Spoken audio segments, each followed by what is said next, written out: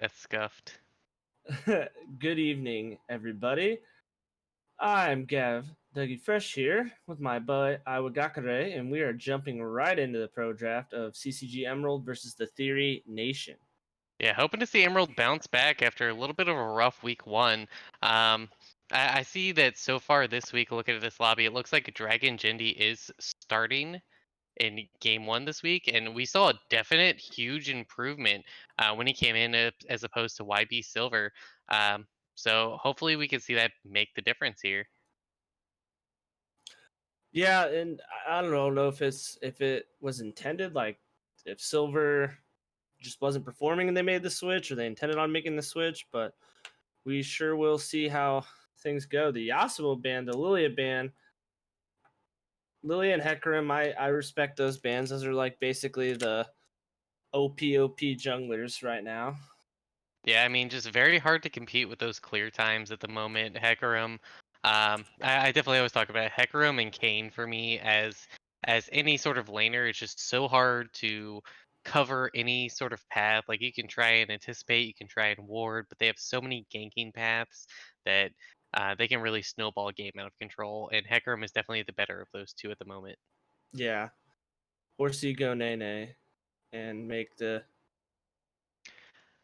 A bold Ziggs first pick. Now, I wonder if maybe they're looking to counter an Ezreal Yumi potentially. I've definitely seen that hidden tech come out in the past. You know, you just constantly perma-shove, early kill the tower. Ezreal Yumi just becomes even more of a weak side demolish. Yeah, and it's also, I mean, it's kind of a flex pick. I mean, it's not a standard mid lane pick, but it's not a terrible one either. And looking at the bot laner for the Theory, does play a lot of Senna, Caitlyn, Aphelios, MF, top 4 champions, and I feel like Ziggs would do well into each of those. Now, looking at Theory Nation's draft so far, I feel like they have conflicting ideals already right out the gate. I mean, Misfortune definitely looking to team fight. You know, maybe a bit of that early presence. Maybe that's what they're going for here. But Nidalee, someone that definitely wants to be all over the map. You know, has very strong pairings with champions like Renekton. Just because they can go in there and they can abuse a lane in a strong side and then transition that lead elsewhere. Yeah, you like you said, it's kind of conflicting, and I think right now if Theory Nation does not pick Renekton here, because I know that's like Nidalee Renekton is the combo of all combos for like a top lane jungler, I would be very confused as to the Nidalee pick. Now, do you think we're going to see a repeat interesting Kindred mid again? I know that I wasn't the mean, Emerald game, but you never know. it's not off the table because you can throw Ziggs, and actually that's all flex picks because Lulu can get thrown top lane, Ziggs could be bot or mid, and Kindred could be mid or jungle. So like honestly, I don't know if they're just like throwing spaghetti at the wall and seeing what sticks as far Lulu as the team mid, comes. Yeah, Lulu Lulu mid, can also go mid. Yeah, Lulu could Lulu be mid support top. Lulu mid, Kindred top, Master Yi jungle. Let's run it. Okay, that's the protect the Steve comp, huh? Absolutely. For For those of you unaware, Steve is the best Master Yi jungle in A. no, in the world. No, just in A. Oh, okay. He's a He little humble, a little I was gonna humble. say he downgraded a little bit. Now, when it comes to AD carry, best GD AD carry in the world. Oh, okay, that's fair. The Thresh pick comes in. I mean, they didn't ban Renekton, so I guess technically they got away with it. But I feel like if you're not gonna pick Renekton with Nidalee, and there it comes through. There it is. And Thresh Misfortune, a very able lane. As a weak side, they can perform very well independently of their team until they're able to get some of that backup. I don't think Kindred's going to be able to apply the pressure that they need on that bot side, or really with counter ganks early on, looking to farm And up it those is marks. a Kindred mid. If we see this, oh, it is, or I guess it could be a great. All right, I'm calling the comp right now. They're about to pick a support. That's going to be a Lulu top into Renekton because range versus melee, and it basically, as long as you don't get double dashed onto by Renekton, it's free low. Not necessarily free low, but or you just polymorph the Renekton and he Okay. can't get on you. Yeah, yeah. And then it's going to be a Ziggs plus whoever what support they pick your bot lane.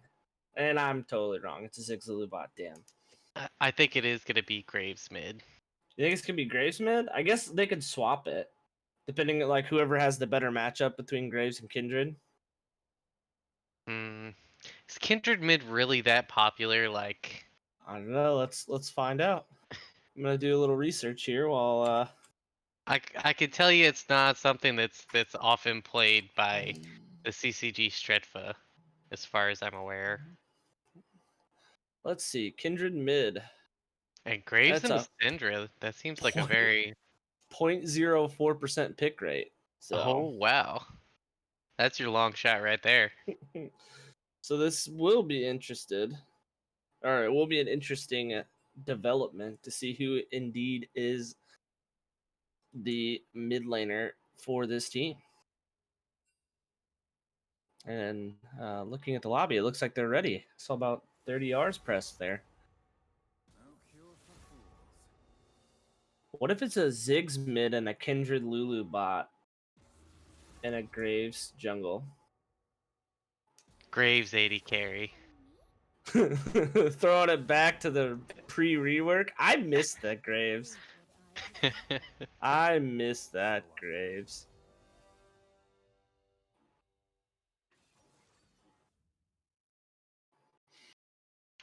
I miss pre-rework Graves and who else was I talking about the other day that I missed before the rework?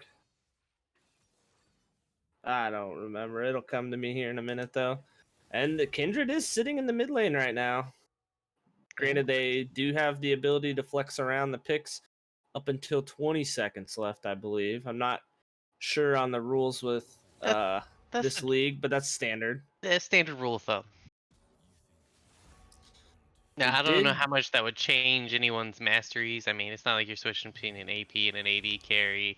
You know, Graves Kindred doing very similar things. well, hypothetically, they know where it's going, so they should already have their runes set. So they're just swapping the picks around. If what I'm thinking is correct. But I do like the fact that we get both Wind Brothers banned. So the big thing I was referring to was the enemy Oh, the enemy, rune, yeah. Oh, because yeah. that's the whole reason late swaps are frowned upon. Because let's say it ends up being Lulu mid, and they switch it 1 second. Well, Syndra might have armor now, where she was looking to have MR That's uh, true. somewhere else. Big true, big true. I do respect Exathy with the anime tag on this game. Yeah, yeah. Big said that we do not have any CCG representation. We're gonna have to have Misty go yell at them. Yeah. Then Get on it, again, Misty. yeah. How do you pronounce that Thresh player's name? That is my question. Thresh player's name is Turk. That that's what I would think, but never been a strong reader. So you just got out of scrims before this. If you're allowed to talk about it, how did they go? They went alright. We went 1-1 in a 2 block, so definitely not an 0-2. That's always exciting. Mm-hmm. All right, good deal, good deal. All right, now that we're in the spectator delay, let us jump into. I know it's your and my favorite segment. Oceans is a little iffy on it, but the guess that skin brought to you by the Lazy Lizard Can Co. Would you like to go first, since I am the reigning champion? I think that should be reversed. Okay, that's fair. All right, with Camille, we're gonna see Coven Camille, Crime City Graves, uh, the new kindreds. Is it Spirit Blossom? I don't know if it's Spirit Blossom, but that kindred skin. The Sweet Tooth Zigs, and we're gonna see Pool Party Lulu. Thresh, you're gonna see the human Thresh. Misfortune's gonna be the bullet angel one or whatever that her ultimate skin. Okay. Syndra's gonna be pool party. Nidalee's gonna be super galaxy. And I want to see pool party Renekton, but it's probably gonna be Renektoy or Galactic. But I'm gonna stay with Renektoy is my guess. That was Pool Party Syndra. Okay, I think I am gonna agree with you on some of them. I know Kindred Spirit Blossom must have. Ziggs Or he's trolling. Ziggs absolutely thinks Sugar Rush. I'm actually gonna disagree with you on the Lulu. I'm gonna go with Star Guardian or to go Star Guardian or Pajama Guardian. I was gonna say you gotta make that distinction now. We're gonna go with Pajama Guardian Lulu. Pajama Guardian? I think that one does look better, honestly, than Star Guardian. Pajama Guardians are just so adorable. Yep. Except Ezreal. That's a trap. Graves is always a hard one, but Crime City looks so good, but it never is that. So I think I'm gonna go with Pool Party. Ooh, okay. Getting that luscious chest hair in there. Pool Party Graves. Luscious V of chest hair. And I think I'll agree with Camille on Coven. Misfortune Bullet Angel is really popular. Do I really want to disagree with It's that? just because of I think it's the different forms is why it's so popular. That's But true.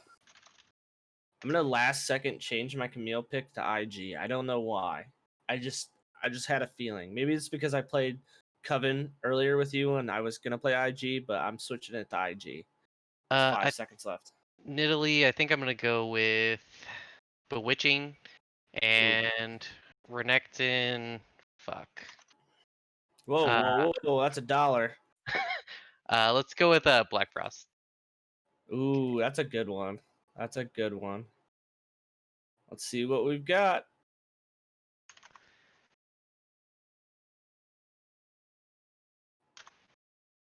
Oh man. Oh, that's literally the worst skin in the game, that misfortune skin. Looks like we evened out there. Yeah. If I'd have stuck with my second guess, I said either on that Renekton, I said it's either gonna be Renektoy or Galactic, but I think Toy just because of the better looking. Dang it! But that MF skin is literally the worst skin in the game, and you can fight me on that. I don't know if it's the worst skin in the That game. it's the Howling. The Howling is just so annoying.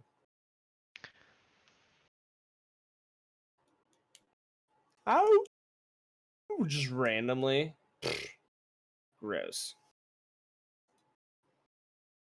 Okay, well, I'm all loaded in. Looks like we're waiting on our producer to get caught up here. While we're doing that, let's see if there's anything. I mean, it all looks pretty standard across the board. I don't see anything We overly could. spicy. I was gonna say while we wait for Nat to do that, I could do the sponsor plug.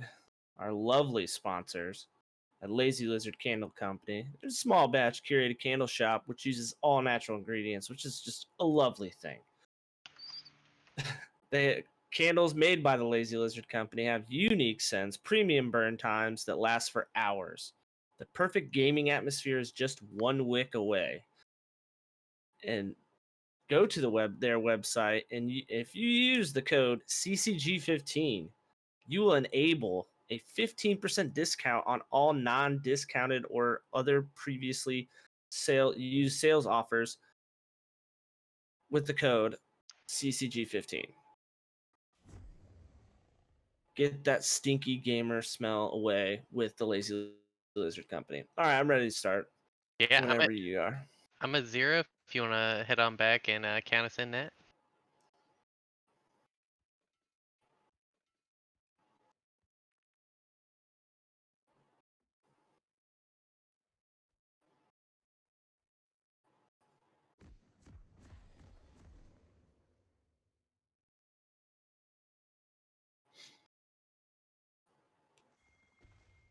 So I All right, like you're saying, nothing crazy here other than the Kindred mid. I haven't seen it. I didn't get to watch the other day when you got to cast Kindred mid. It was quite a dominating performance that ended up being banned out the rest of the series. Gotcha. I will say this: you and I both missed the obvious double pool party bot lane for the Skinergy. That's very, very true. I But don't that know Sugar what. Rush skin looks so nice. Yeah. Honestly, all most of Zig's skin just have good looks, and then the sound effects with them just look so like I just love. That's why I like playing Ziggs, honestly, because all of his skins have good particle effects with his abilities. You know, Ooh, an early spear come through from the Nidalee. and coming from a team perspective, like I thought, in the back of my head, Graves is gonna go pool party to match with what Dougie said, and then I didn't guess pool party on the other two. Oh, wait, you said we didn't have anything a little spicy, but I do see an ignite on this Graves. Don't know if you didn't catch that. I That, didn't. I sure as heck didn't. That's a that's little spicy. that's not spicy. That That's a is. pretty common thing. It's not super spicy, but if we're comparing it like ooh, good trading. The dark spheres are coming through onto this kindred. I don't know. We got our backup jungler over here in Twitch chat, YB Silver. YB Silver, in your opinion as a jungler, would you say that Ignite on Graves Jungle is irregular? Yes And or while no? you saw that, I don't know. That was a big trade through onto this Renekton. That Oh yeah, level 1 Q onto for Pinocchio just abusing and completely Renekton. negated by a Q. Not completely, mostly, but I'd get say the that's grass about block even. off. Oh, ah, Not anymore, but it was. yeah. Definitely He had to chug it. He forced the pot chug early on, which is actually huge, especially with the Renekton in Italy. The biggest thing that didn't allow was, well, a good trade there. But the big thing with Renekton in Italy is you stack up a wave, which looks like it's kind of being done, but not quite to the effect that the Renekton wanted it. You yeah. usually see about two and a half as the flash comes in. The W comes out, the grass proc saving lives, and the first blood comes through onto Pinocchio. A pretty nice outplay there against Never Casual. Yeah, and interestingly enough, I expected to see some of that early Nidalee pressure up in the top lane, but opting to start with the red buff start, maybe looking to potentially dive here bot very soon. And it does look like YB Silver said it's 50-50, so I guess we're not talking like some big spices, but I'd say it's more than your picante. As Graves wraps around here for the gank, the ignite comes down, the stun comes through, the smoke screen down, and it looks like another kill onto this Renekton as Dragon Jindy comes through. As we see another trade coming in the mid lane, the stun comes down. Kindred does not quite get that 3-hit passive off, but it is a fairly even trade overall. Yeah, and that's all sums down in the top lane. A very good follow up gank Oh, by Nidalee misses the Dragon Jindy. spear. The nice dodge away. The ignite comes down. Strefa getting the kill, and then Graves in prime position to trade back. Does give 1 kill away, and that's where not having flash kind of hurts you because you can't flash for that follow. I mean, you have enough mobility with your dash, especially in later levels with this Graves, that it's not that much of a worry. Yeah, that's true. I guess I'm curious too, and maybe Silver can answer this. So is that why he took Fleet Footwork instead of Phase Rush because he doesn't have Flash? The hook does come through, the ignite comes down, the heal comes out from the Lulu. Is not enough to save the Ziggs. Yeah, and that's that ignite difference. Definitely not looking for very many fights from the side of Lucky and Exithy here in the bot lane, but we do have the TP answer to come back and grab this wave. So yeah, as much as giving a kill over to the MF does suck, he's not going to be punished too much because of the summoner teleport there. See, Nidalee is invading the bot side, and I hope they're aware of it. They do have the Tribrush ward to spot it out. Krugs are going to be stolen, and based on the pings coming through by, I believe, Pinocchio, they know that that's warded, and I think Graves is sussing out this counter invading the Nidalee. Spotted on the. Ooh, a nice flay coming in, stopping the satchel charge from getting it. Another kill onto Exithy.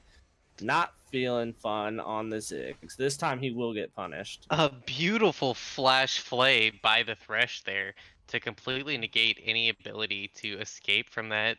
that awful position. Yeah, and if there's anyone that knows anything about a nice thresh play, it would be you after the Monday night showcase you put on the champion. Wrong skin, but clean plays. Well, I am no Thresh one trick. Human Thresh, though, clean. Yeah. And I'm all about those clean skins. Well, Oceans and I pegged it for like being the weeb in you picking that skin because that's pretty anime looking.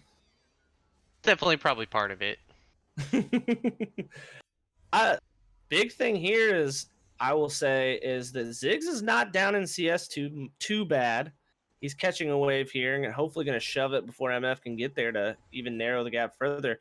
There's quite a big gap, which is being neutralized a little bit, but Camille is up a. She has a Tiamat, a longsword, and cloth armor on just 2 longswords from the side of this Renekton. Scatter the Weak comes through. Thresh is making plays across the map, or attempting to. Yeah, looking Nothing. for that row mid, but yeah, just able to queue away on the side of Stretfa. Yeah, that Wolf's Frenzy being down and basically making your Q have essentially no cooldown is just so nice. See a nice trade coming through. Renekton coming out on top a little bit due to the minion advantage, but not anything huge. Allowing him to get that pink ward down, getting the vision. Ooh, big thing here is the kindred mark is spawning on this scuttle crab. It's going to be stopped from kindred being able to get it. If you wouldn't mind, Iowa, clicking on, if you get a chance to click on the kindred, we get a mark count. She does That's a not have. solid one. It's one. Okay, yeah. So it must be from when they got the kill onto Nidalee. Yep. A three, 3 away from that big power spike. Yeah, and I mean, That's shutting down this Renekton early is definitely cutting off a lot of revenues for Italy to get in this game. P- Pinocchio, I call him Pinocchio, Pinocchio. Pinocchio. I think it's supposed to be Pinocchio, but like penne noodles. That's like it's Pinocchio, but made out of pasta instead of wood. That'd be my guess. But Yeah, and importantly, we see both junglers up here in the top lane currently, so we may be in for a really nice fight coming up here very soon. and honestly, I think this is brilliant from Dragon Jindy because you know that the Nidalee is probably on top side and going for the counter gank, but the ignite's going to come down. Probably does come through. Is it enough to burn? It is not, and that Camille gets popped by Nidalee. One more auto does the job onto Dragon Jindy, getting him another kill. And how did that Renekton live? It was a very nice flash, just barely, dodging some of the skill shots. You had the Q come out from the Grace, but since it's not against terrain, he's able to E over to the side, flash away from any further damage into safety. Italy greeting a little bit for a kill, but that's killable Zoldyck for you, an assassin through and through. Yeah, and I'm just saying that not very many people have an ignite ticking on them and take a collateral damage from a Graves that's ahead and live to tail the tail. That's if you've watched those LCS LEC montages, that's the happy croc noises there. There's the As Thresh we Hex Splash that Yep, and it's gonna be a kill. Big. Sorry for the lull there. I kind of was amazed. I was watching instead of casting, but we had the scatter the weak into the unleashed power, forcing the kindred ult, and the hook from Thresh really secured that kill. The hook plus the ignite kept her from healing up. absolutely, plays all across the map so far coming out from Turk, keeping them in this game. Definitely playing strong side bot. We really need to see some pressure release from Exithy and Fam. If they keep getting pressured too hard here in the bot lane, they're just gonna get, collapsed on continuously by this mid and jungle as we continue further into this game. Yep. Looks like we're gonna have a bit of a lull here. Kindred might have a chance to go get those chickens if they are up. It's hard to tell if they're up the flash, or not flash. Sorry, the dash onto this Camille. Yeah, it looks like they're starting to set up for second dragon. Yeah. Second dragon, it is a what? It is a cloud? Yeah, it is a Yeah, cloud drake. yeah. Not a huge drake for either one, but the spear comes through, forcing the dash out. Kindred manages to get away after having to flash. Might not have had to, but probably a good idea that he did. And they're looking for this fight. Dragon Jindy boldly charging in. I don't know if that's the play, but Yeah, that was a dodging. little sus as another hook comes through. The MF ult comes down, and Dragon Jindy's been sent to the graveyard. TP came in through from Pinocchio, who is ahead. Might be scary enough to back him off. TPN from both sides, importantly, but unfortunately, Jindy, dodging many skill shots. But we see Turk once again pulling out clutch with the hooks. Yeah, this Thresh is making the plays that you need to make. If you're going to be a Thresh player, you need to be able to utilize his kit to the fullest. And so far, Turk is doing just that. As Now, we see him hovering mid again. yeah, and we see this Theory Nation team doing exactly what they want with this early comp. They have 2 dragons up so far, looking for a soul. Looks like it is going to be Ocean Soul this game, so that's definitely not a bad one for them. They're able to look into some of those later team fights with some poke from Syndra, from Nidalee, before they have that all-in engage, especially followed up by that MF ult to just completely devastate. But if they do, wait around too much or they lose We control of see these it. We see dragons. the polymorph come through after the slow comes down. There's a flash out of the MF, and the Q from the last bounce of the Q from Ziggs ends up getting the kill. Good engage from Lucky onto the MF, and the follow up from Ecstasy to get a little revenge for that early game woes. Yeah, Instinct's walking up a little bit too far there without any pressure from anyone else on the map, so not able to see where the members of this Emerald team are. Uh, a little bit of a misplay from him. And you were right to call them just instincts there because they were not elite in that situation. And as I'm not in a well, we see a top lane engage come through as the ult comes down, and this is what the Renekton Nidalee combo is. Renekton goes in, Nidalee follows up. Weren't able to see it as that satchel charge does secure first brick for the side of Emerald, kind of evens out that gold difference. But what I was trying to say before that is that I'm not sure about the build on Kindred mid as I don't play it, but I would think that maybe she should have gotten a Hex Drinker or work towards a Hex Drinker because the Nidalee and Syndra are just blowing her up, and that's going to protect that from happening. As we see the MF and Thresh invade red side and steal the red away from Dragon Jindy. Yeah, Jindy doing everything he can there. Very good engage there by Pinocchio to take out Comet. Yeah, that's just Mr. Comet was a little overextended. And Pinocchio doing a very good job of punishing the mistakes of the enemy laners. Yeah, taking that lead from top lane, and this is exactly how you want to transition it. Start applying pressure around the objectives that you want to play around. So he's just over here, practically zoning their whole team as we see a huge engage here. That was a great ultimate there, knocking knocking the two members into the team. Usually, you see that used to knock people away, and he almost used it like a Gnar ult or like a Thresh flay back into the team. That was beautiful. Absolutely. Pinocchio just straight smurfing on him. Yeah, Pinocchio. Pinocchio's going to become a real boy if he keeps playing like this. We should see this tower go down very quickly. That's that As pushing long as power of the Ziggs. I was gonna say, as long as Ziggs has W, as the ult does come down from Syndra, you see an ultimate coming through and Renekton. The flash comes down, the stun comes through, the hook comes through, the Lulu shield's almost enough, but not quite. And they did manage to defend this mid lane tower here. Yeah, punishing Exathy very hard continuously throughout this game. That's been a theme of how this theory team has gotten any kind of leads is just punishing Exathy. Whether he's mispositioned, stepped a little bit too forward, as we see a little bit of shenanigans brewing potentially, hitting the chicken instead of hitting dragon there. with Yeah, the hook. I don't want to rag on XT too hard. I mean, if we're looking back to 2 weeks ago, it's a definite improvement from that week one game. Oh no, I wasn't. Yeah, that wasn't a. I wasn't. I apologize. I wasn't trying to rag on XD. I was just Oh, saying that is what they're doing. oh, He's rag not on XT a little bit. XT keeps stepping up too far. He should know better. Oh, so we're doing good cop, bad cop. My bad. But it's not that it's better than it was. There we go. Yeah, noticeable improvement. There we go. Uh, We see some good vision dominance coming down early from Theory Nation as they prep for this third dragon. yeah, overall the vision scores are pretty similar. As we see the E coming through, forcing the flash out of Thresh.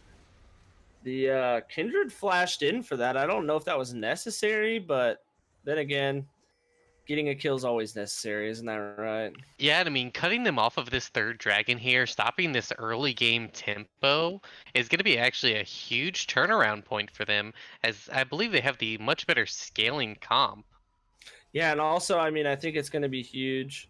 Theory, I think, is giving up this dragon because you saw Never Casual just pushing straight up for this top tower, and they're going to trade objectives. I would like to see them turn it into a Rift Herald as well, and they're putting quite a few pings onto it. That way, it's a plus trade as opposed to just a. Because if they only got the tower for the dragon, that's a little bit of a down trade.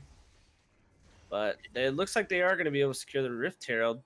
It looks like Turks continuing to do work on this Thresh. Lulu's getting left by Exathy, throwing the satchel charge over blue buff, and yeah, you hate to see it happen, but he did what he had to do. Yeah, I mean, lucky paying for the sins of both of the bot laners right And there. Pinocchio giving it right back, hitting the ultimate on from New Brush in top lane. Exathy's going in for another hook. Satchel charge pulls him right just out. And it looks like Dragon Jindy's gonna die here, stepping up for some reason. I can't. That was a little aggressive, if you ask me. Yeah, maybe looking to get in with the zigs before he satcheled out and just overstepping a little too far. Let me tell you, some of those I like to call them motherly instincts of trying to save your fellow players can really sometimes kick in and bite you in the ass. Yeah. And I was hoping that Emerald would be able to kill that Rift Herald before it got the charge off, but and it turned what should have been an even trade into a plus trade by getting the extra mid lane turret and a couple picks. Pinocchio's gonna finally top off this lead he built up into this tower. Yeah, I mean, Pinocchio is definitely still a force to be reckoned with. You know, approaching that raid boss status that is so envied by many a player. Mm-hmm. Yep. Did decide to go for the Ravenous Hydra first, which makes sense. Need to sustain in that Renekton versus Nidalee. I know you're only laning against Renekton, but that duo is scary. And then now working towards that Triforce. Yeah, and importantly, from the side of Theory Nation, you have a pretty even gold spread across the board.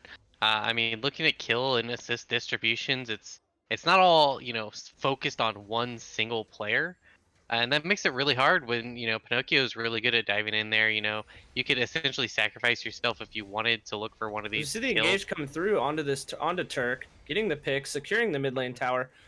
I Exity didn't instantly proc the satchel. I don't know if that was because he was trying to see if he could get it down without needing it, but eventually just takes it as Camille rockets herself into Turk.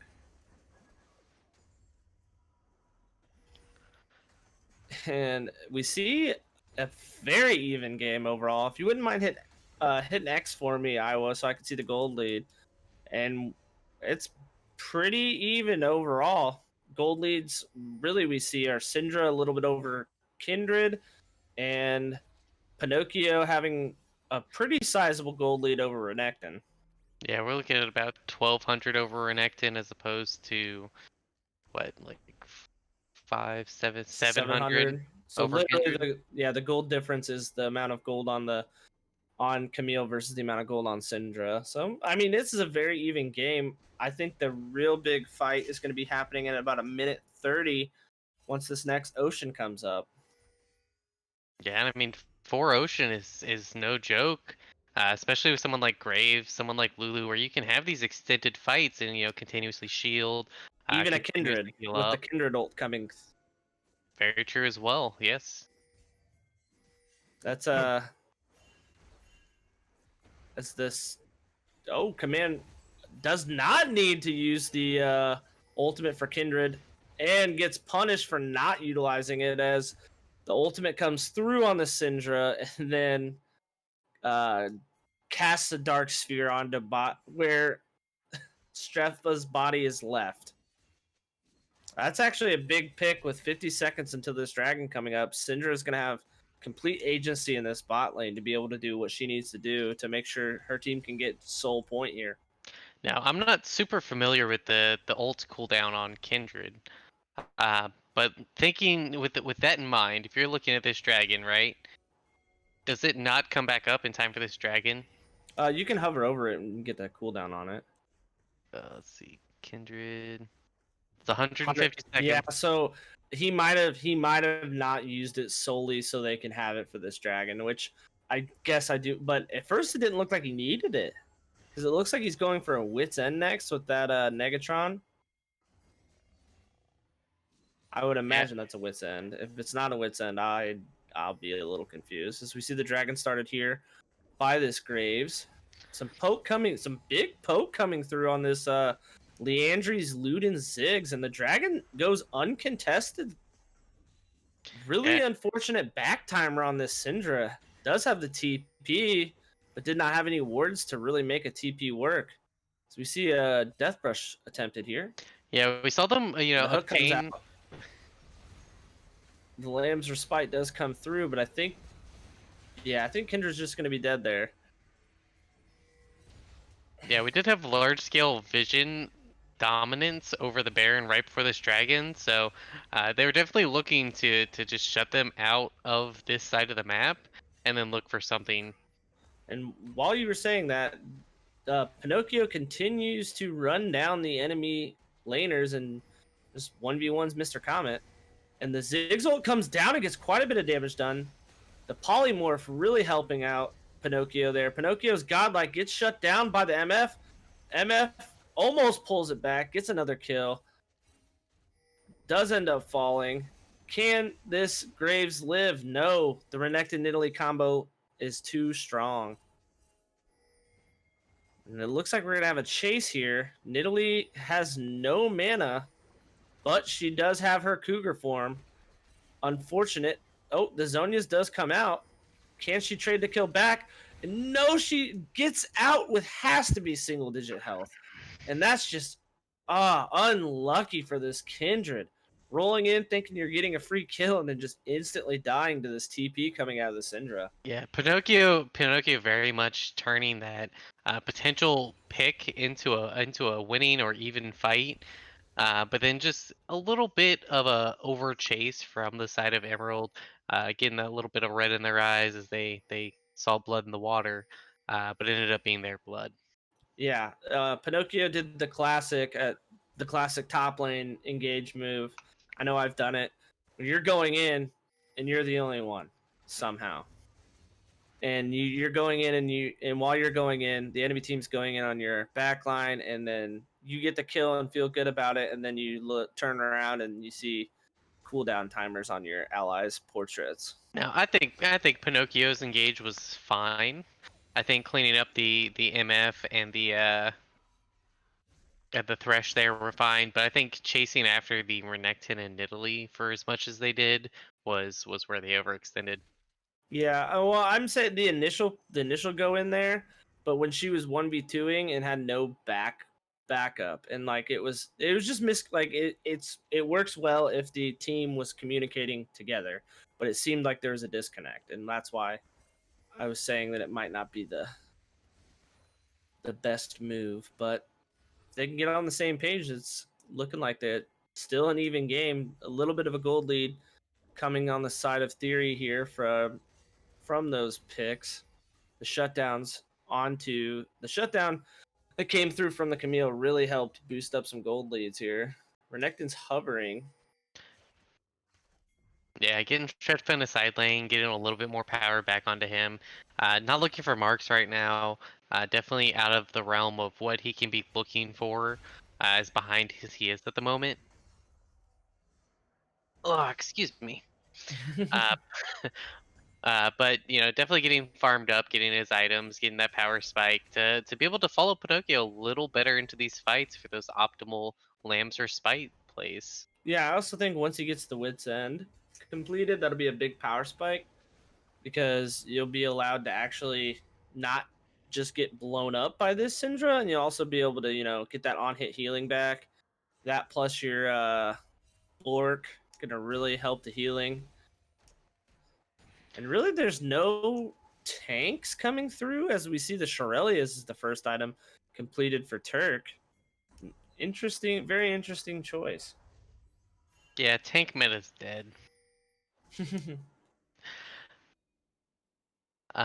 Looks like we do not have TP from the side of Pinocchio quite yet. See what our exact cooldown on that is. 45 seconds. So it's about 20 seconds after this dragon, so if we have Theory Nation, they're probably going to look to burn this, and I'd imagine Emerald's not even going to look to contest. Are you sure we got to walk down? Pinocchio was able to walk down much faster than I estimated. That split push ability on Camille is there, and ow, that Lulu just took a spear to the face. Yeah, I mean, you've got the Oblivion Orb, the Runic Echoes, and the Zonias. Not quite a one-shot Nidalee build, but she is gonna do quite a bit of damage here. As we see the posturing beginning, Nidalee's just gonna start chucking spears, but the hook does land onto this Graves. Renekton doesn't go for the stun for some reason, giving up for potential steal. Blue team has Zig soul with in the the dragon. dragon. Ziggs, yeah, because Dragon Jindy had to have smited there, but it definitely came through. Yeah, looks like both jungles looking to win the smite fight there. Neither able to claim the dragon. As Exithy with a big play for the side of Emerald here, securing the objective. That's 3 oceans on the side of this Emerald team. Yeah, if they can get a 4 ocean soul, it is going to be very hard for this Nidalee poke to stick, and that's a big part of their comp. The Nidalee and Syndra poke is really how they're posturing these early fights. Aside from Turk hitting another wonderful hook, which he is perfectly capable of, but at the same time, you are not getting if the poke that you're getting from this Nidalee is just not sticking due to the due to the sustain from the Ocean Drake, as we see this Nidalee and Syndra, see it right there, exactly what I was talking about. You have the Nidalee and Syndra poke coming through, destroying the enemy team, and the Kindred ult is also saving Renekton. Does get slain by the side of by this Graves, and then the MF ult does not claim anybody. Coming through, gets the E down. Ziggs Q almost kills, flashes away into the Kindred's arms. Kindred is just tanking for days. Hook does not come through in time. And it looks like we're going to see an ace here and a shutdown onto Strefa. He is officially not behind anymore. If you would mind hovering and we get a nice stat count. We're at Looks like we're on 4. 4. I'm not sure if he already had the stacks, but if he didn't, he's at the power spike now. Yeah, and I mean, we saw it there from Pinocchio where those ocean dragons really started to matter between that and the Death Hydra and the Dance. DD. Oh yeah, he just kind of weaved in and out of that fight, barely any health, went back in. You have the Lamb's spite heal, go back in, get hit by a spear, almost die, but just hanging on the fringes of life to turn that Yeah. fight in their favor. It's gonna be even worse in about 2 minutes if this theory team cannot prevent this Ocean Soul from coming down. Yeah, and that was almost a desperation pick looking from the side of Theory Nation, thinking they found this Pinocchio out of position finally and just not quite able to clean up the kill.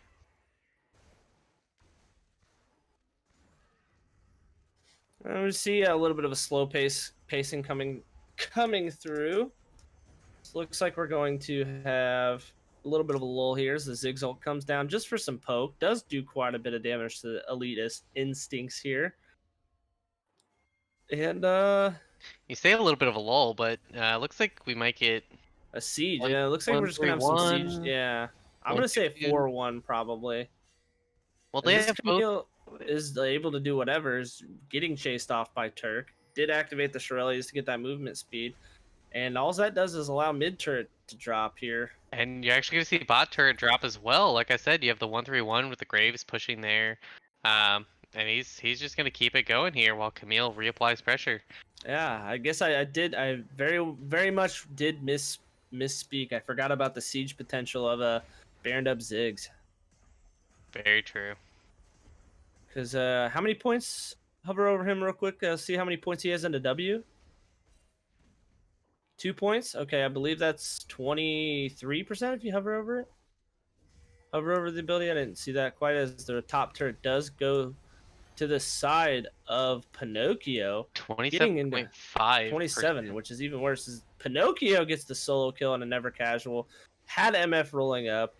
The Xy's calling was not enough to stop the healing from both of the lifesteal items, and this game might be finished on the Baron as we see the bullet time come through, not able to finish anybody off. Exithy's on a killing spree.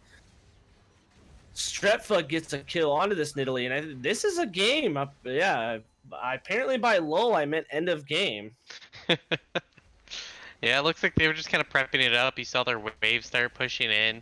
So definitely a bit of a lull while we waited for their waves to catch up with where they wanted to be. But as they threw it in there, they were able to finish out this game just how they wanted to.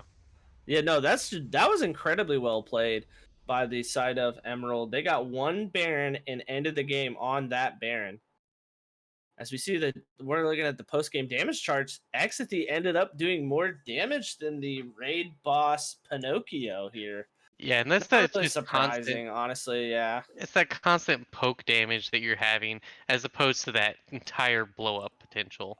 Although, if we do look at it, Lulu did do more physical damage than that than that Ziggs. 505 to 299. So I don't know. They both lost to Syndra. this is true. This is true.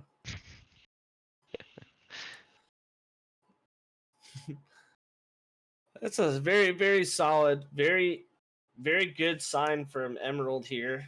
Coming out strong in the first game. Coming back from they had a little bit of a deficit there, and definitely were able to pull it back.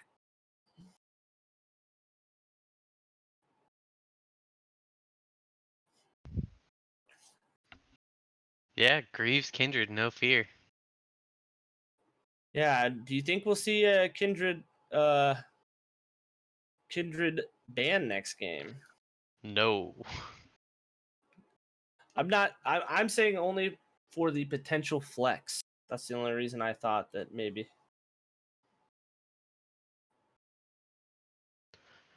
I don't know. Jindy has shown dominating performances across the board, whether it be uh, Graves is definitely up there with the champions we've seen him play, but Pinocchio definitely being the all-star of that match, with Lucky Fam being a silent supporter.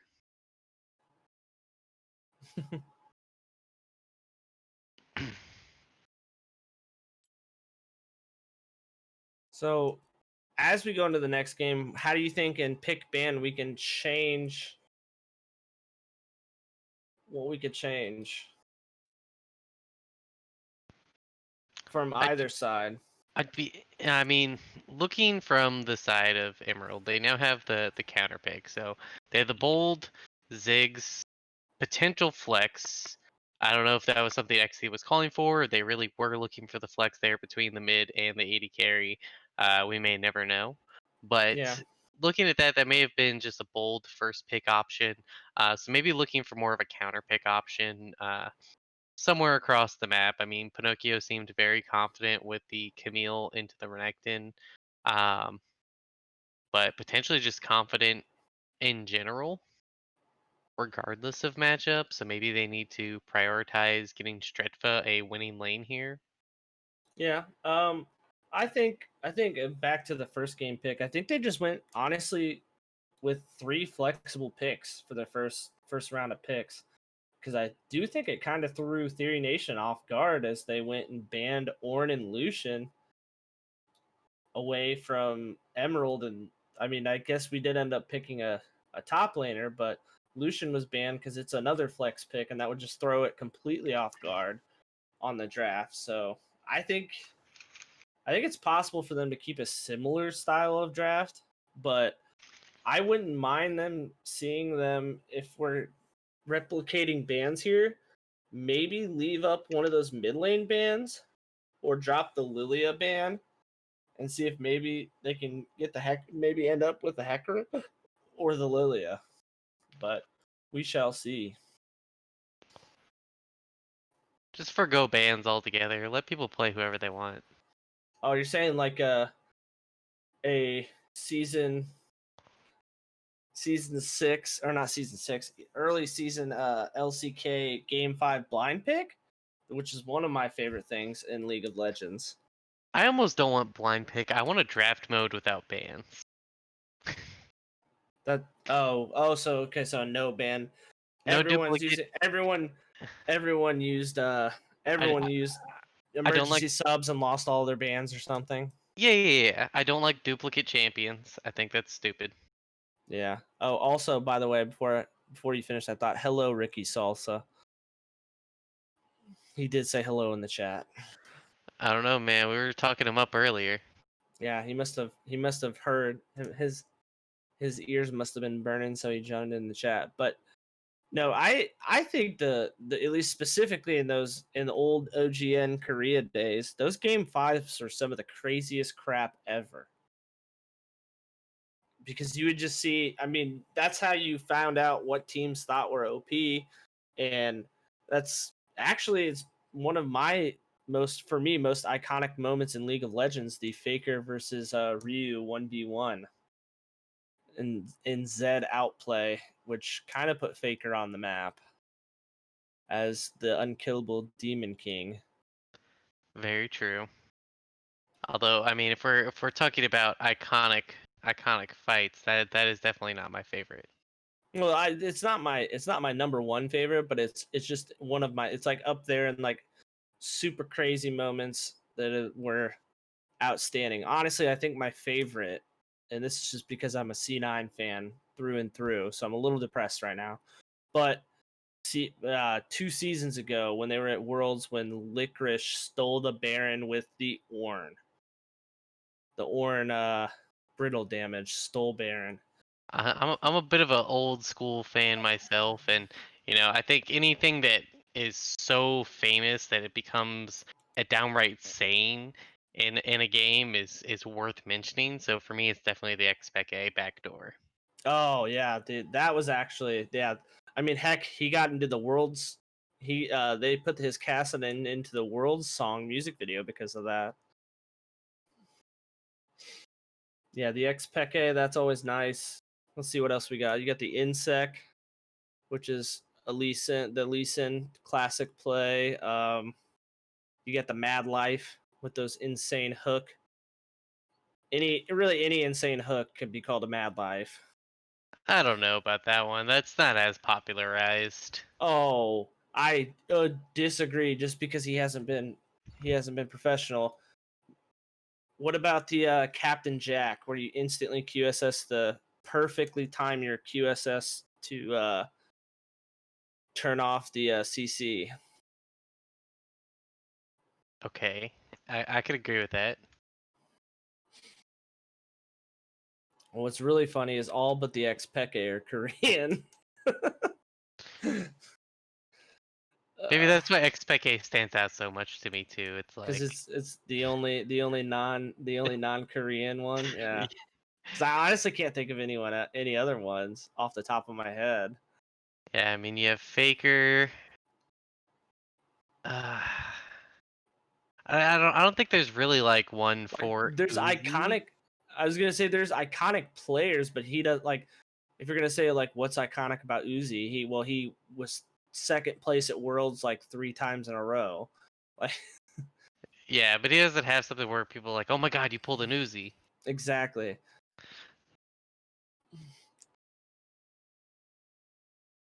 Yeah, there's not very many like name sake out of non-Korean players. I mean, you got the pulling a Steve, See, but that's and you got the yeah. Expeke. That's it. Pulling a Steve, that's one you could throw at pretty much anything though. So that one is fun because of that Yeah, I mean, it's just specifically. doing better than smurfing on them. That's when you're pulling a Steve. Yeah, but also if you just like turbo int and rage, that's also pulling a Steve. What do you mean? Exactly. I rest my case. I'm excited for Worlds to start this early on in the morning. I know I'll probably end up staying up watching it, regretting it tomorrow when I don't get any sleep, but you do what you do to not get spoiled on things. I mean, hey, it's Thursday. We're working for the weekend. We don't got a cast tomorrow. You mean I don't? I don't either. It's being cast by the league. Oh, nice. So yeah, if anyone would like to check out, we will be hosting the game tomorrow, but you will not catch me and Oceans there. So if you want to come out on Friday to What? support our Rose boys, Nope. Isn't it Sapphire? Oh no, that's Sapphire. Saturday. Saturday. Sorry. No. Yeah, It yeah, is Rose. yeah. And It's the Upsurge is Rose streaming, Quartz taking on versus. the Goth Boy Click. Oh my gosh, I would love to cast that game just to make My Chemical Romance and good Charlotte memes. Oh man, Upstream is going to stream it though, so you won't get to hear me making horrible jokes, even though I'm not casting it. So the next Yeah, time you will hear from us, aside from tonight, is Saturday. You will hear Iowa and Oceans casting CCG Sapphire versus the Royal Sins in the Wolfpack Gold League. I don't know. We might throw you in there, Dougie. Saturday's still kind of up in the air. I may have already made plans. Um, Yikes! I'm just going off schedule, Um, I'm gonna say while we wait for this next lobby to get made, I'm gonna take a quick break if that's all right with you guys. Put on some music or something. Producer. Producer, Oof. produce. Yeah, produce. Well, then run an actual ad break. Enjoy this ad. Brought to you by Twitch.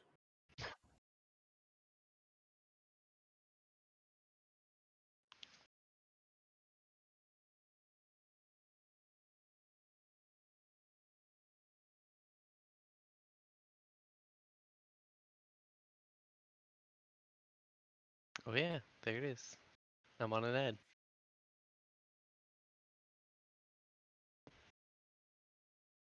Doesn't tell me how long it is. That's kind of funny.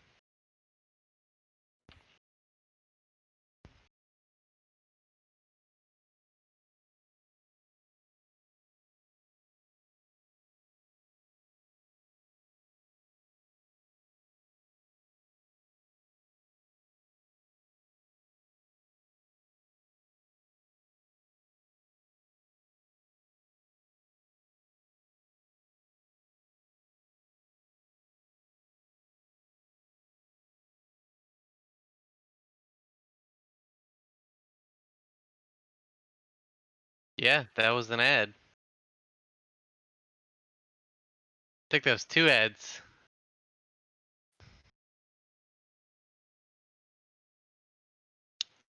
But yeah, I'm sitting here, no Dougie, waiting on the lobby, casting nothing. Fun times. How's everyone doing?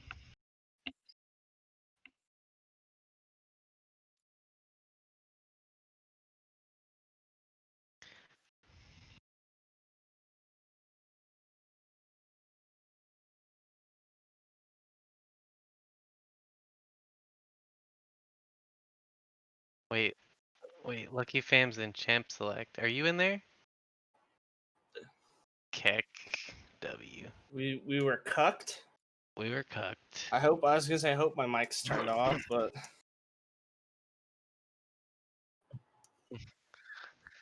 You said that, so I started looking, I mean technically and yeah.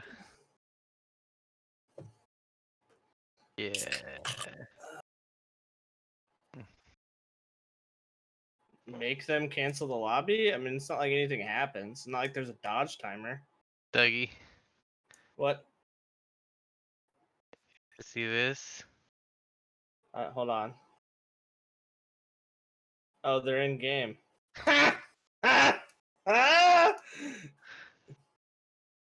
Oh, well, actually, so we don't get to see champ select, but just pop us in, and it looks like we didn't see bans. We can't see bans on there, can we? Yeah, I don't see bans. You should be able to spectate off me, I think. Once he goes into spectate. Yeah. Oh wait, no, you can't. You have to. Oh my god, this is about to be scuffed. Wait, can you watch? Can you watch Iowa's like? Because you can't screen share. Can you screen share Discord or like stream Discord of watching Iowa screen share? I know this is like throwing a fucking curveball in, but it's not our fault.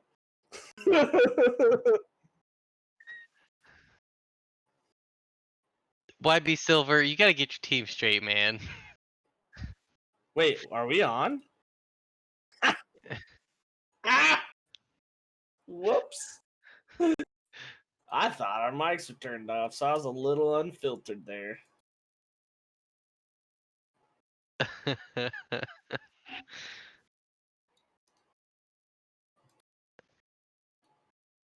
Interestingly, we do see Yone coming out this game.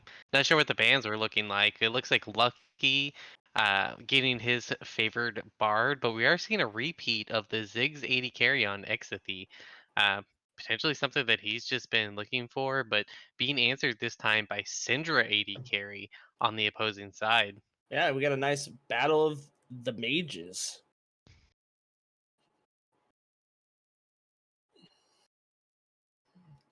A Blitzcrank coming in through from Turk. He's a big Hook champion fan, apparently. Yeah, And Mad Life wannabe. very true, very true.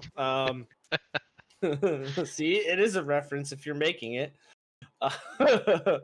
It's a uh, reference. It's not a this was a this type of play.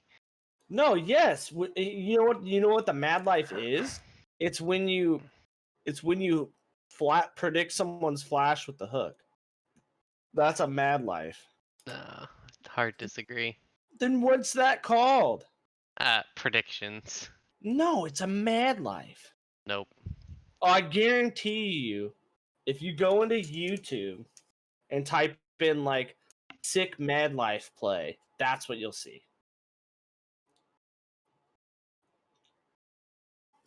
Are you pulling this up right now as we're jump? Oh no, we jumped into no. I thought it minimized because it went into the game, so we didn't even get to play our favorite game because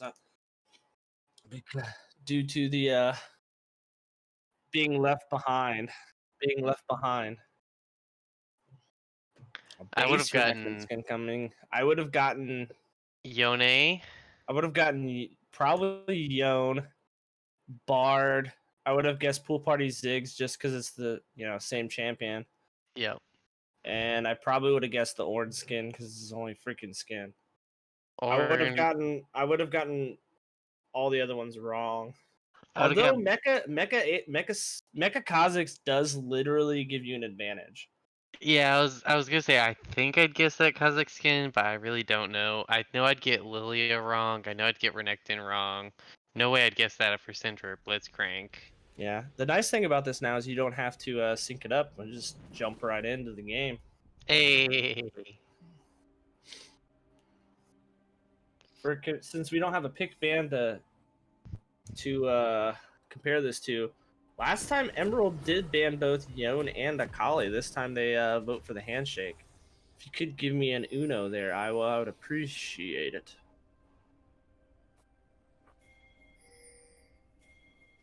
Sorry, Oh, I'm not as I'm not as good at this as our producer. Well, okay, just take your keyboard and press the letter U. Boom.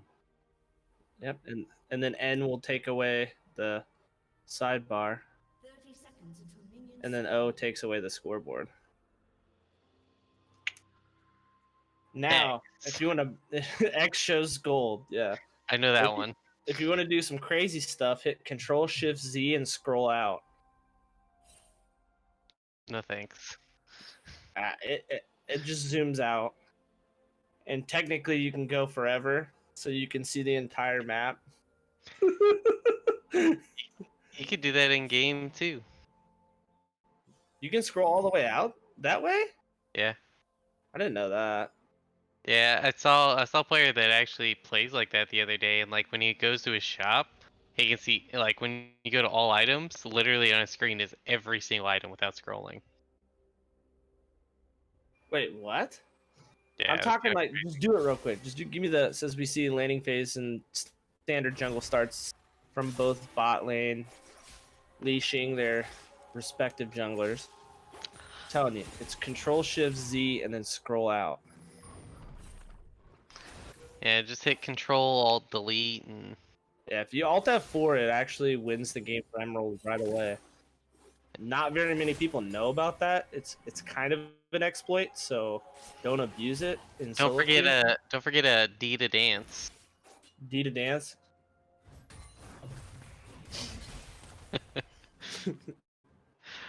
Okay, so this is kind of scuffed, but yeah, we're in it now. So let's take a Like look here. like Oceans says, it wouldn't be a CCG stream if it wasn't just a tiny bit scuffed.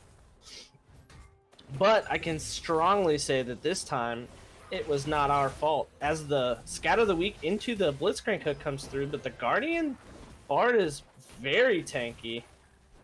Took quite a bit of abuse there, and it got traded back onto the Syndra. What an interesting bot lane. And Yone's doing Yone things. Don't really know Kali doing a Kali thing. yeah, Kali doing a Kali things. We're just going back and forth. As you see the that's gonna be how those trades pretty much go.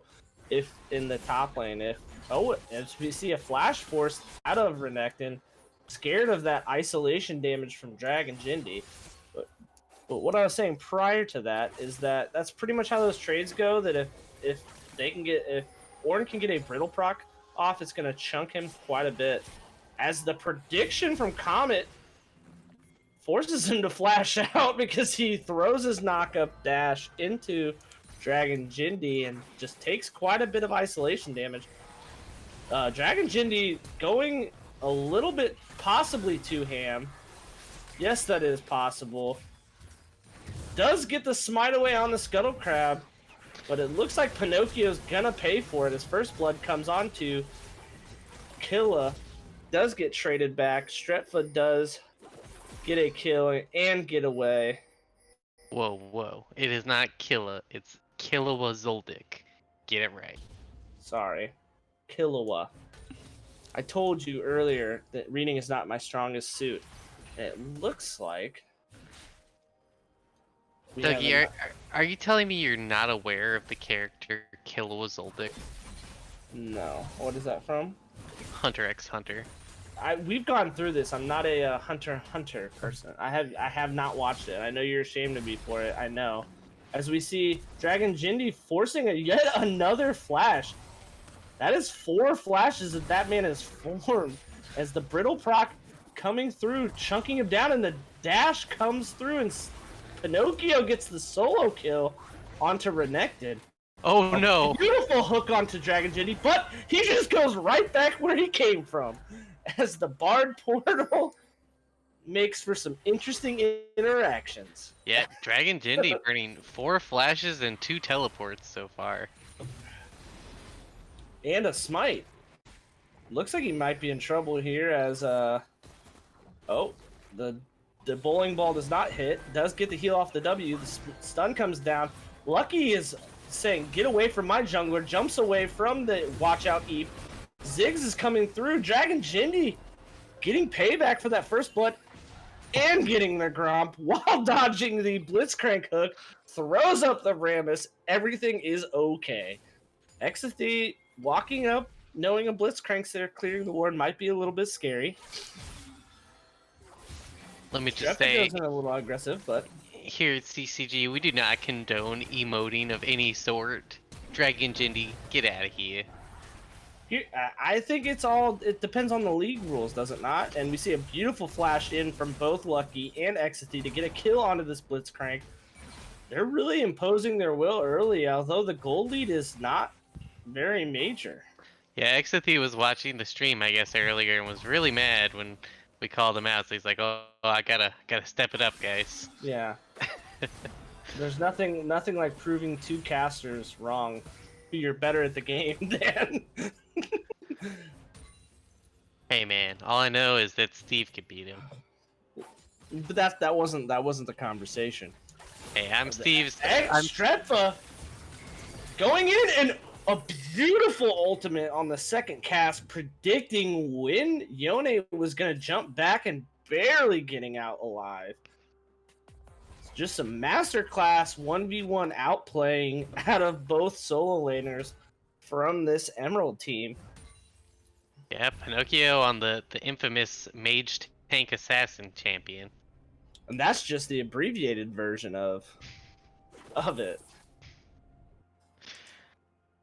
We have yet to see a dragon fall down. Both teams just kind of running it at this point. I mean, I was gonna say they're too busy turning this party into a fiesta. A clown fiesta. Mm-hmm. To be specific. Blitzcrank. Exathy looking to now prove me right. I have a pretty good satchel charge there. He's probably still gonna die, but you know what? It's the thought that counts. And he almost... If the Guardian proc can save his life, oh my goodness! If he trades one back here, he's a goodness to... I'm flabbergasted, actually. That was an amazing play. Bard coming through with the Guardian proc in the clutch to save Exathy's life so he can trade back the kill onto Elite Instincts, forcing a flash out. This has just been a game of like, hey, I think we're gonna not take any dragons or Rift Heralds. We're just gonna brawl. We're just gonna step into the ring, put on some gloves, and just fight this out. Yeah, true clown fiesta through and through. Someone might want to tell them this isn't a scrim. So we see the level 6 coming through on the Kazakhs, and what did he choose to evolve? It looked like his claws, but I could not tell. And yep, it is in fact his claws. As the dragon, a break in the fight does come through, and the dragon does fall. A very nice slice, not the slice and dice, but a very nice slice from this Renekton to. And Exathy play or Stretfa, sorry, I apologize. Just playing this Yone like a fiddle. Looks like Lilia might try to put Akali to sleep. Does indeed do that. Is she going to be able to trade back the kill? Absolutely. Does not. I did not think she had the mana, but I was proven incorrect. Let me tell you, as a Lilia support one trick, you take those all day, every day. Yeah.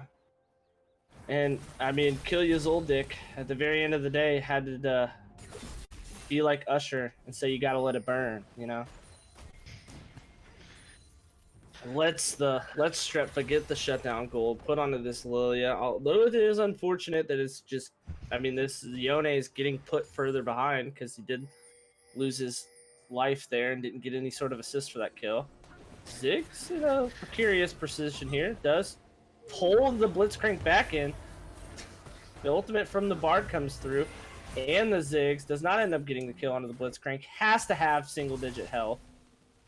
Lucky to get out with his life as the Ornhorn comes through. The Dominus comes down, gets knocked up, and he should not have used his ult. Maybe, oh, it flashes away, but the auto attack, the empowered auto attack on the Kazakhs follows. And it looks like Dragon Jindy's gonna get his life traded back onto. Oh, no, he doesn't. Or He gets a not. nice jump. Juking left, right, and center. As we see this, Ziggs doing what Ziggs does, and that's getting pressure onto these early tower plates with that passive and his W satchel can really destroy towers. And Stretfa trying to get a little bit of revenge here is gonna get caught by the ultimate of the Yone and punished. Looks like he might get 2 kills as the Drowsy comes down. Can he get the knockup down to save his life? He almost does. The Knight comes down. The shutdown goes through onto Mr. Comet. Looks like Pinocchio's gonna die. It's 4v1, but I think we will see first tower coming as long as Exathy has W up. I don't know if he has the mana for it, but it looks like they will trade those 3 deaths for first tower as we see the satchel charge come through. Meanwhile, in mid lane, they're just going to take this and try to get Comet as much gold as possible. A rather unfortunate fight there for Emerald. You know, it's not a clown fiesta unless you lose a few. That's true. You can't win them all. I mean, this team isn't Steve. Dragon Jindy clearing a ward dangerously because there's a Blitzcrank in the vicinity, and he did not have his jump. Dragon Jindy isn't scared. Definitely not scared to fight. The Rift Hero does go through over to the Lilia, and almost forgets to pick it up. It looks like we've got a lane swap coming through as Exathy wants some more gold from tower plates. You got to hold 2 more minutes before they go down, and he wants some more gold in his pocket. Already has that Luden's Echo. Wants to further his gold lead. Has that power of that Ziggs pick in the first place, so definitely wanting to push your advantage as much as possible is going to be the play here. Now, partially because we were just memeing about how scuffed this is, I did not notice that this Syndra is going Glacial Augment. I feel like that makes sense. I still think, as we see a teleport coming through from both Ziggs and the Ornhorn comes down. Exathy gets yet another kill. Do we see any traded back? No, it does not look like we will. Although Stretfa is bleeding and shut down as a payback kill, Dragon Jindy does end up killing Mr. Comet. The Bard Tempered Fate does come down, does not hit Turk. Turk goes for the flash away grab, the Chad play on a Bard. Or not on a Bard, on a Blitzcrank. I respect it. And he's trying to be the Chad, but he's not playing the right champion. This is very true. And we're getting some more. The silence does come down. Very low cooldown ult. The minion does keep Exathy from getting grabbed. And we're just seeing more of these turret plates just getting pumped into Exathy. If you wouldn't mind showing that gold difference here. And we've got a 1,800 gold lead for this Ziggs over Syndra. I think a lot of that's got to be from plate gold. Plate, first tower. I was considering that, and I think a big chunk of this 2K gold lead is on this Ziggs. It looks like they're gonna trade a turret back for this Rift Herald, but they did lose the Cloud Drake at the expense. Mountain Drake coming through. If you're an Ornn player, this is your favorite dragon because it makes your free tank stats even more free. If anything, you're only a little sad that you don't get all 4. Yeah. Indeed. But you can turn off the gold there. You see the sweepers both out of Akali and Kha'Zix here, and the vision score indicative by their counterparts is showing why having a sweeper is better than having a green ward. Now, blue ward, those are where it's at. Oh yeah, if you're a carry, blue ward's not a bad idea, but Exathy's just now hitting level 9, so he will be able to swap to that, but probably hasn't reset since he hit 9. He's too busy making waves disappear. And it looks like we're jumping back to a classic mid lane matchup of a Ziggs versus Syndra. With some support hoverings. Yeah, so it's just like it's just like having your supports roam. Good But old regular mid lane. yeah, but the X Stretfa does appear to be caught out. Does get drowsy. Does get away with the double dash for now. Does get a kill onto this Renekton, but trades his life away. Ornn is gonna not burn down.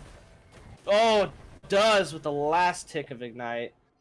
So Just close. barely Yeah, and it looks like surviving Dragon there. Jindy chasing a little too hard on Killa Zoldyck there is able to turn the kill around. Barely surviving, I would imagine. Yeah. She looks fairly healthy. That could be due to her clearing a camp. The Tempered Fate does come down onto the Syndra. Does not get killed. Does ult right away onto Exathy, and it looks like what they thought. They were trapping the Syndra, but the Syndra was actually just playing a nice game of I'm juicy bait. Come kill me, please. Yes, the clown fiesta continues. Yeah. Honestly, right now we're averaging 24 kills, which is well over a kill a minute. As the red buff gets killed by Mr. Comet and he just dashes for free because every champion has to have a dash. Dashes away over the dragon or Baron Pit wall. Turk putting some pings onto the Rift Herald really wants to go for that, possibly. But I don't think they should be going for Rift Herald because if you go for Rift Herald, you're probably going to give away Soul Point to this Emerald squad. And then it looks like he must be watching the stream because he's going for River Control in the Dragon Pit. Yeah, we do see Pinocchio applying some pressure up top here, and I don't know how much Comet's gonna be able to stop that, honestly. At this point, Comet does have 95% crit, I believe. Or no, sorry, just 90% crit. Only 90% crit with the Crit Cloak and Phantom Dancer, so he can do quite a bit of damage. Into a Ornn with Ninja Tabby, Chain Vest, This is true. and Bramble Vest. I am confused as I know you're going against a Renekton and a Yone, but with Lilia and Syndra, the lack of MR is actually kind of appalling. It looks like Bard direct to camera doesn't want to show up, but I'm watching my mini map as a flash gets forced out from the Yone. Bard was chasing him down. That good old dead man's allowing him to be speedy enough to go after him. It looks like we thought initially due to the pings that this Theory team was going to go for it as the hook does land onto Stretfa. The Drowsy comes out. She has quite a few dashes, but not enough to kill her out. And Turk with the KS on the Blitzcrank ult does not want to hand that kill over. Without Stretfa, I don't think they can contest here, but they will probably drop down this Rift Herald to put pressure elsewhere. Yeah, I mean, that was a key Lilia ult, too. I mean, a good pick out tool, but it could also be a very good team fighting tool. Ooh, big here. They get the... Oh, the Yone ult comes down onto Exathy. Exathy gets killed here.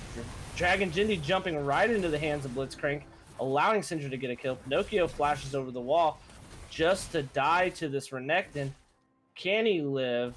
Hopefully. Does trade back a little bit, but he's probably going to die. Does get the knockup through from the Searing Charge. And we hear... Oh, man. It was almost a sick Ornn outplay, but Stalled for days. Did stall for days. But we will see Soul Point evaded for now as we see the first Mountain Drake more than likely going to go through on the side of Theory Nation.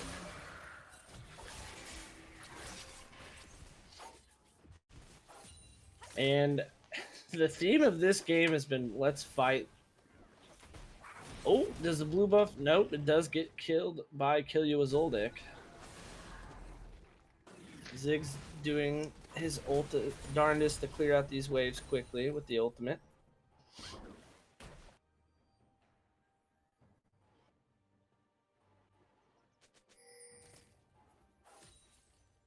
Now, I think ultimately a Clown Fiesta is going to end up favoring this Emerald team in the long run. You know, securing some early dragons here, but They have to be careful not to let this landslide into a similar situation from last game on blue side, where objective control just completely gets handed over, as they're starting to lose some of these fights. If they have to face down a 4 Mountain Drake Mountain Soul, killing That people like this Yone, like this Lilia, is gonna be near impossible. Yeah, I will say this. I think I know what Emerald's doing, and it may be controversial, and you may say I'm incorrect, but I think I know what's going on here. If you look, every single member of the Theory Nation does have a shutdown. So what they're doing is they're just kind of running it down, fiestaing it up to build up these shutdowns, and then they're just gonna wipe them. One big team fight, just ace them, and then just head straight to the bank. Wombo combo. Mic drop.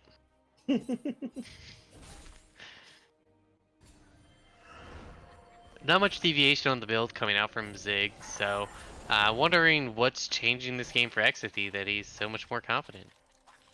I mean, it it might. I don't know if it's that. It might just be. I mean, as much as Blitzcrank and Thresh are in the same similar veins, I think a Thresh is scarier because it's Blitzcrank's hook is a little bit better, I guess you'd say, but it's a little more obvious when it comes out. Thresh can like, I feel like Thresh's hook is a little bit sneakier and like not as obvious when you're going for it. Like obviously you can be obvious about it, but I do think that it can also be somewhat sneaky. Is that your inner C9 coming out to make references? No, that's literally just me talking about being sneaky. Uh, they, Is, yeah, is that another word for cross-dressing? no. Hey, honestly, I can't hate it. That dude gets paid a lot of money for that. Oh yeah. His Patreon. If I had a boyish, girly figure, I would do the same.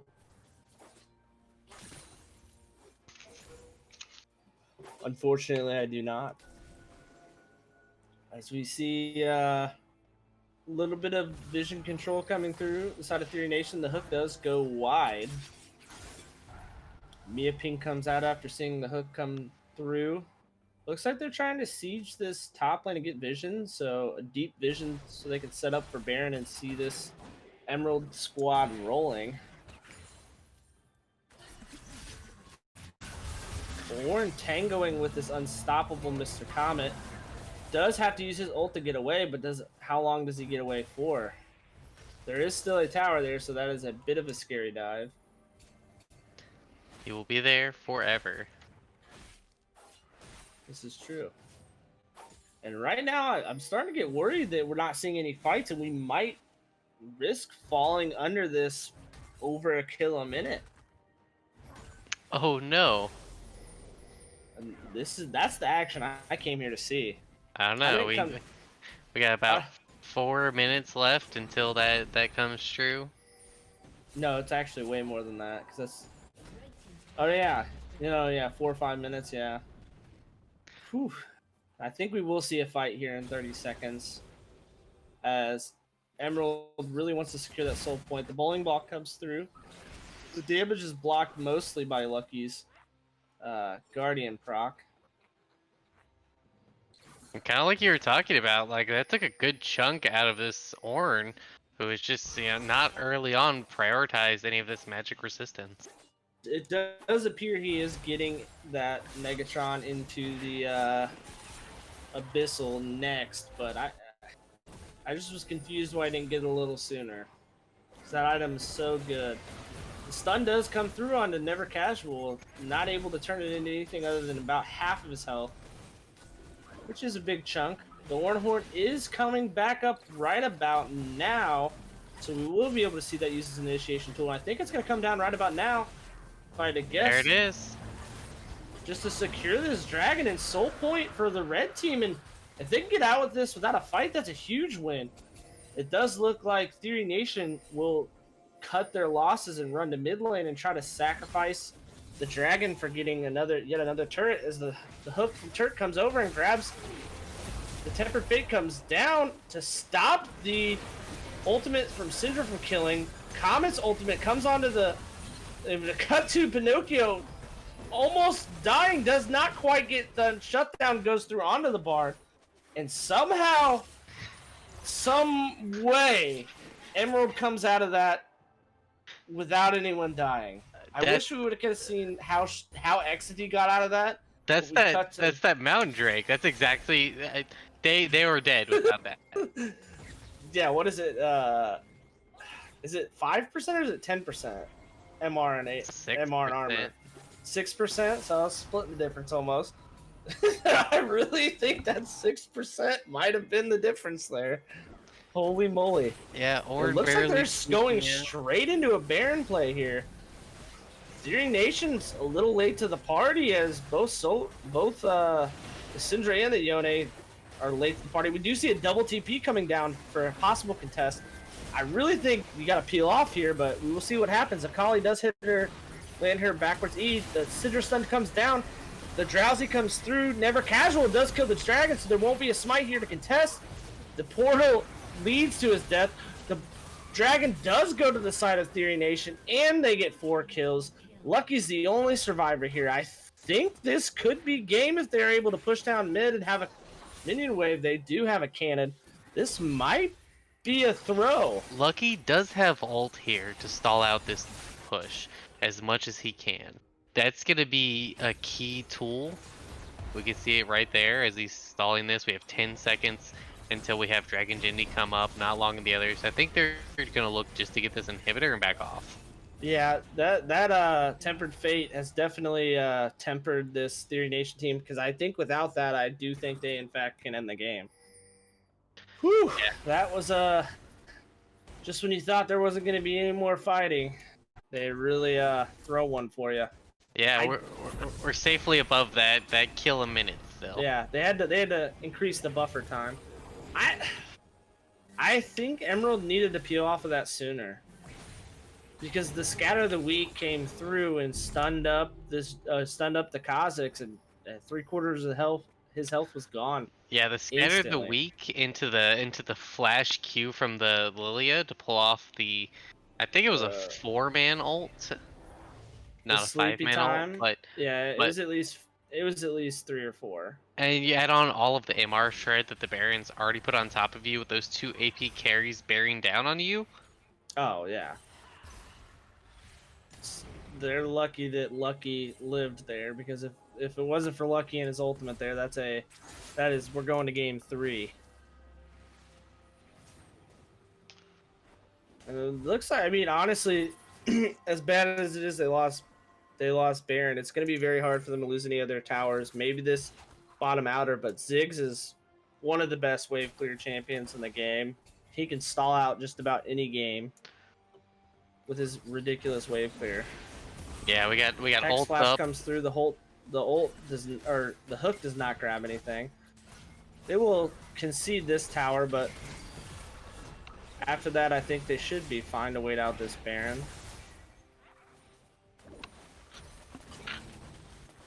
Exidy tossing water balloons onto the waves.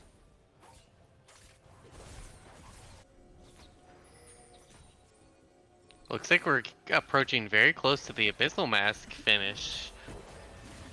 Yeah, that would have already previously been done. We do have the Zhonya's Paradox on the Akali, and he did just hit 14. So I want to see. It looks like he'll probably. I'm gonna assume he'll have to upgrade the Ziggs next, because Dragon Jindy does not have a ornament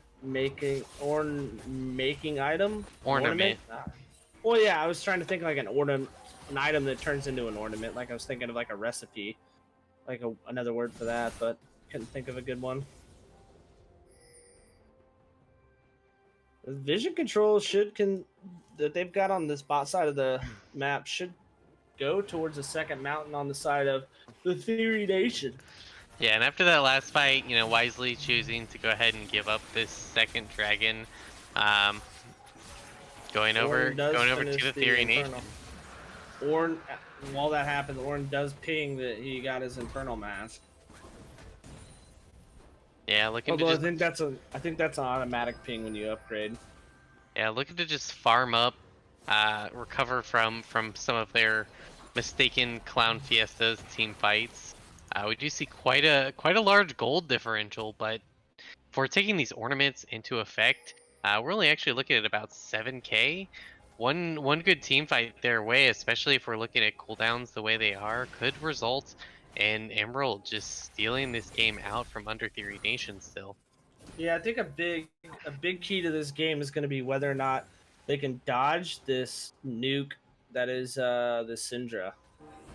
If they Duck. can avoid getting one shot by her, I think that's like if the two carries can get one shot, or avoid getting one shot, it can be a good thing. Although I will say the one problem I do kind of have with both compositions due to their structure is they have a lot of burst damage, but not like consistent DPS that you would be getting from like a ADC or some sort of marksman character. I think Ziggs can provide consistent enough damage. I mean, his poke ability transfers over to team fights, and he's just constantly throwing out skills at this point. That's true, but last game when you had that Ziggs, but you also had the Kindred in the mid that would give you that marksman and the Graves. That you had your double marksmen that were able to just auto attack their way to get the damage through.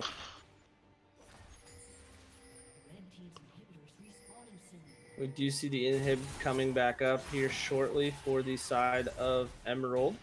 And Ziggs just presses Q, presses R, and the wave disappears.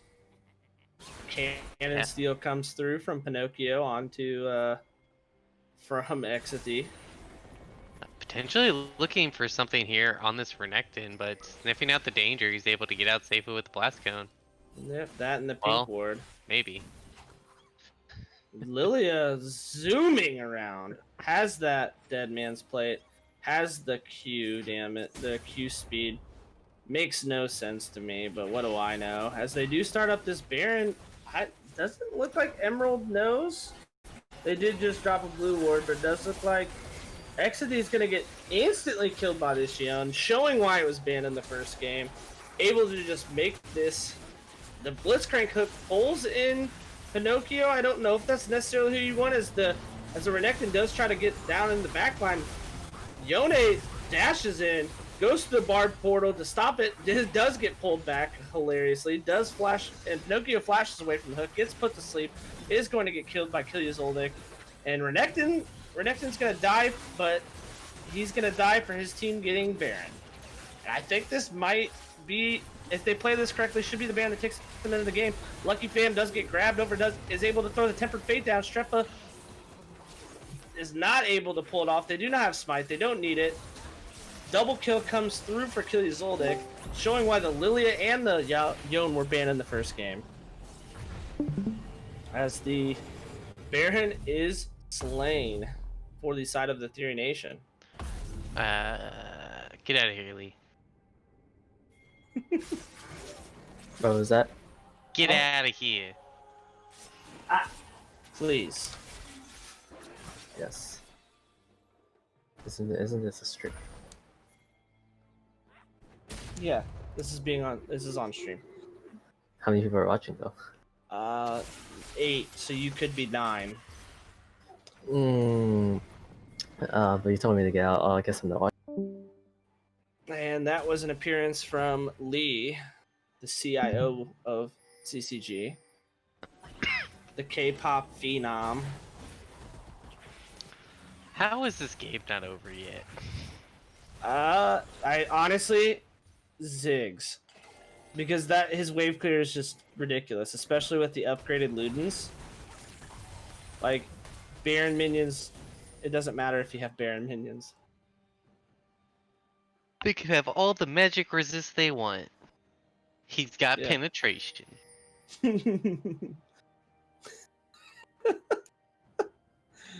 Oh my goodness. Mountain Drake getting pinged out.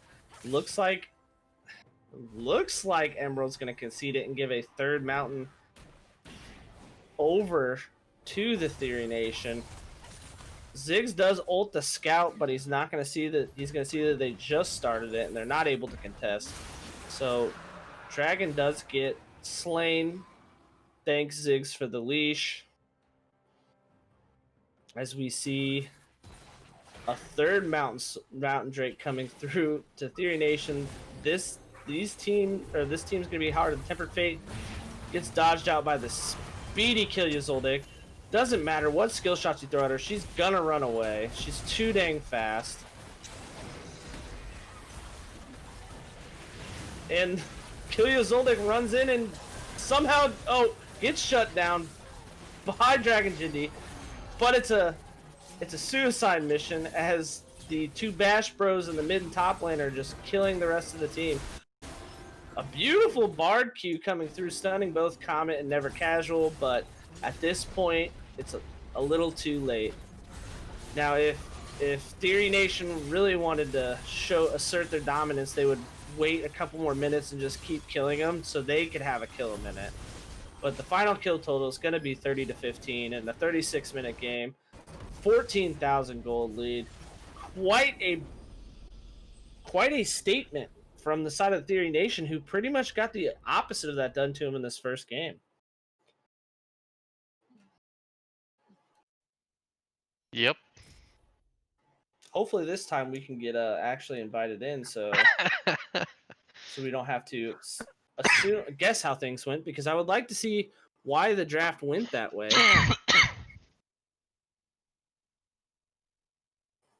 But unfortunately, we did not get that luxury, so that's a lot of damage coming out of that Lilia. Highest damage in the game. Showing why that was banned out in the first game. See, here's my thing. Here's my opinion on that.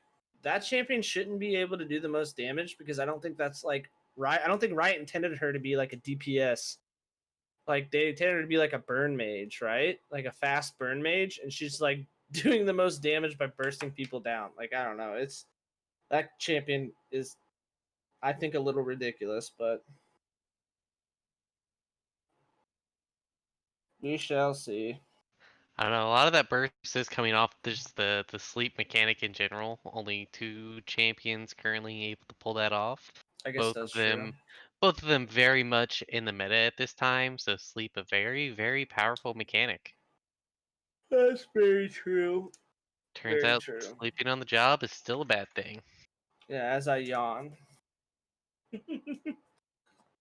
Yeah, man, it's coming up on bedtime. Yeah. We Gotta old. get to bed early so you can wake up and watch Worlds.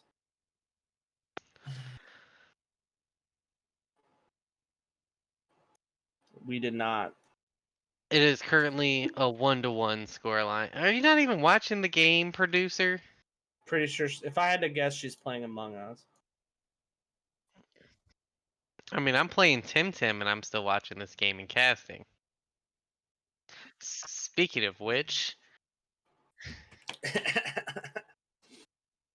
Tim, I believe it's only like $37 right now. You should get it. Sponsored by Temtem. No, Iowa is. The stream's not. Just Iowa. I wish I was sponsored by Tim. That'd be that. That's how you get it. It's called fake it till you make it.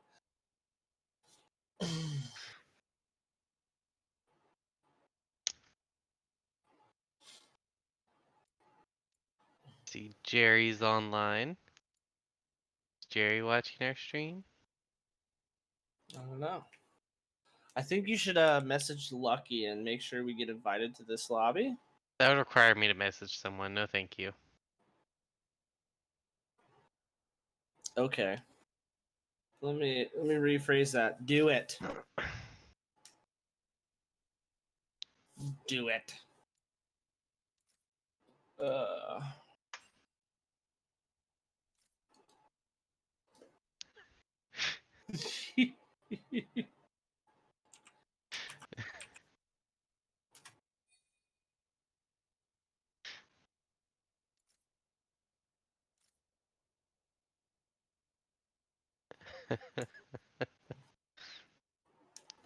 I don't have him on my friends list. Otherwise, I would do it. I mean, I sent him a friend request. That would require me to type. See, I can play that card too. I don't know. Why don't you ask him that? You're the CFO. It's true.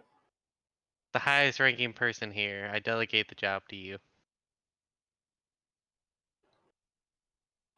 I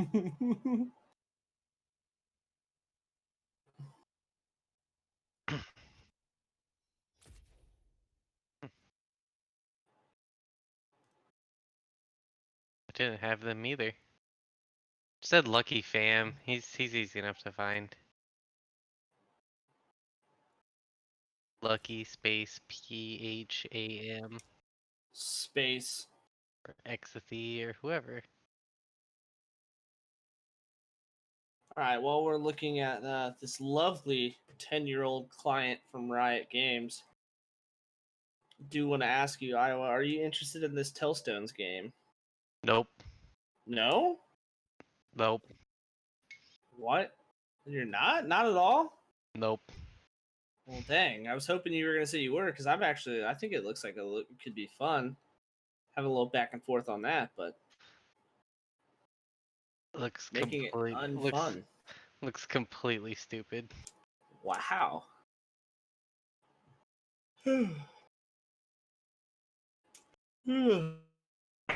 Well, that really hurt my talking point that I was gonna bring to the table. I guess have you experienced the ridiculousness that is Samira? It's not that ridiculous. I disagree. I think Samir is a high skill variance champion. Oh, I agree, but I also think it's ridiculous that a champion can go from 2 kills, 1 item, and get a pentakill because she got to cast her ult twice in a team fight. Just killer. What do you mean? Oh, honestly, I hadn't thought of that. So yeah, you're right. It's a very skill expressive champion, and there's a reason in Elo's above diamond that it drew so much attention that it needed to be nerfed. I think you're almost more likely to see people of that level in your elo than my elo. Sadly enough. I guess that's true. So far as I've seen it, like I feel like every time I've seen it mid lane, it's just gotten completely stomped.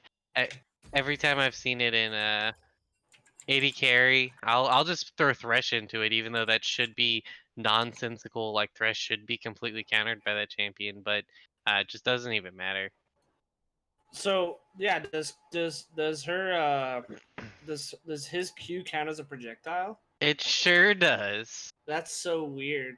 Like that's what I think is ridiculous. That she gets an AOE wind wall. Like that kind of stuff's just crazy to me. Eh. Just eh. It's a long cooldown. Is it? Oh yeah, it's like 30 seconds. Wonder if we'll get a pro draft link this time. I bet pro draft's already done. Yep. So we're casting it as if it hasn't happened. We're gonna Yasuo gets banned. Will Hasn't the been able- Win brothers be banned this game, or will it be Rek'Sai- Lilia? So the first 2 bans stay the same. Cassiopeia, that's another ban that has stuck through, probably. Yeah. Shen ban coming through. Pinocchio does not get to play, in my opinion, the strongest top laner in the game. Zoldyck is not going to get the Lilia as they take it away, and they prevent the first pick Hecarim. And we see the Camille first pick, which probably wasn't a first pick, coming through for Pinocchio. Let's see if we. Oh, are we doing a salty run back of game 1? Nope. We see the Elise coming through from the side of Zoldyck. A nice early game jungler. Not quite a Nidalee, but is a very strong early game jungler to pair with that Renekton. We do see a Graves and a Lulu mid, so it looks like they did do a similar evolution pick coming through. As we see these next bans, we can kind of predict how draft went, because obviously the bans aren't going to reflect it. They did ban the Kindred for fear that it was mid lane. So the Lulu Yone mid. ban did come through. The Caitlyn ban came through. So, the Syndra gets picked here for the bot lane. And are we gonna get a Ziggs at a Lucky Fam again? Please no.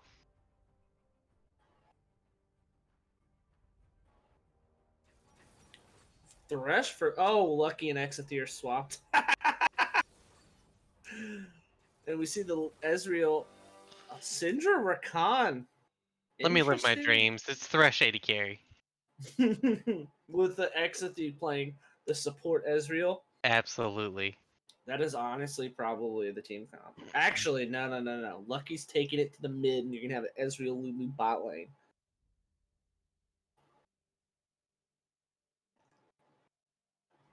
You're gonna have to fix that in client once we get into the game because it's gonna bother me. Yeah. Oh, we don't see what you see. I only see what Iowa sees. So if you don't fix it, it really won't affect me. Affect me. It won't affect me or affect me. And to answer your question, me large brain. The outcome of the first game was a stomp by the side of Emerald, and the second game was a stomp. Well, it was a fiesta that turned into a stomp for the Theory Nation. As we go into the spectator delay, we actually will get a chance to play our favorite game and to break the tie that we have through the first two games. Yeah, start us off. All right, I'll start us off. I'm gonna go Project Cabille. Pinocchio used it last time. A little cheating there. I'm gonna go. Let's see. Last time you used base skin, then in the first game you used Galactic. So I'm gonna go Renektoy again. I like that skin. It's a good skin. At least we're gonna see probably Blood Moon. Lucian is gonna be the High Noon. Syndra frick, what did she use last time? It wasn't Pool Party. And then I'll say I'll say Pool Party, even though she didn't use Pool Party last time. She's going to change it up. Rakan is going to use the base skin. Ezreal, you're going to see Battle Academia. We're going to see Lucky using. He's actually going to go Human Thresh. Lulu's going to do the Pool Party Lulu, and we'll see Pool Party Graves for the mid jungle synergy. And that rounds out the guesses on my end. Well, I think the Cinder Lulu Graves, I'm going to agree with you. We're going to see the triple flex pool party. But it's not going to quite all be together. Yeah. Right? Yeah, Cinder is on the other team. Rakan, I'm going to go with Star Guardian. I'm going to stick with Galactic Renekton versus your Renektoy. Mm-hmm. At least you went with Blood Moon. Mm-hmm. Moon is such a good one, but I think I'm gonna go with Super Galaxy. That was my second guess, if that helped, if that makes you feel better. Super Galaxy is just such a nice skin. Human Thresh for sure. Battle Academia Ezreal, High Noon Lucian. I'm gonna agree on those. So our only contested picks are Rakan and Renekton. Oh wait, you didn't say Camille yet. And Elise. Yeah. You're right. Program Camille, not Project So Camille, right? Elise, Rakan, Renekton. Yeah, that's what he used last time was program. Yeah. So Rakan, Elise, Renekton. Those are our contention picks. Rakan, Elise, Renekton. I remember back when they didn't have to have an event when a champion came through. No. Never mind. You got 1 second. Never You're mind. actually in. Yeah. Well, now that it's over, it won't count. But what was your actually? Well, we have the cross team pool party suggestion, so I was like, maybe it's gonna be High Noon Thresh. Oh, geez, we didn't get Oh, I got the renekton. No, dang it! I should Nope, have you stuck. didn't. You got rid. I should have stuck to my. You I got got. Elise, but I I got got Elise. Yeah, so we tied. Today's game is a wash. Yikes. Although, if you would have stuck with your Lulu guess from the first game, you would have gotten it because that she did use the Pajama Guardian. Different player, but. Strephatide tried to give it to me. Mm-hmm. SKT Syndra, I think that's the one he used last time. No, because it wasn't red. There weren't red pool balls. I don't know. Whatever. I want to say it was Atlantean, Yeah, it was. It was Atlantean. but I remember seeing an SKT. Have we seen a Syndra in all 3 games? No. There was an SKT skin in one. Was it SKT? What was game 1? There's just so many SKT skins. It was SKT. Yeah, game one had a Syndra as well. Oh yeah, so they had 3 different Syndra skins. Although it was mid lane in the first game. Yep. So the mid lane one was the one that It used was Atlantean, SKT. and then we No, SKT was first game. And it was mid in the first game. And was it Atlantean last game? Mm-hmm. So Elite's trying to ruin our game, honestly. Keep us on our toes. I lose track. Alright, we are paused at 0 if you are paused at 0. Count us in, producer, when you're ready.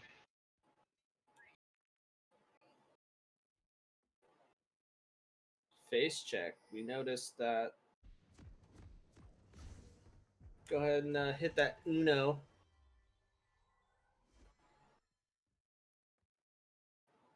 So now, since we can't see it on stream, do the zoom out for me. What is it? No, don't do it. Control. It's Control Shift Z and then scroll out. Welcome to Summoner's Rift. So we see an invade coming through for Emerald, going through this top lane. Does not get spotted out initially by Never Casual, and it looks like it's going to get spotted out a little too late. The stun. Oh, this E narrowly dodged out by the.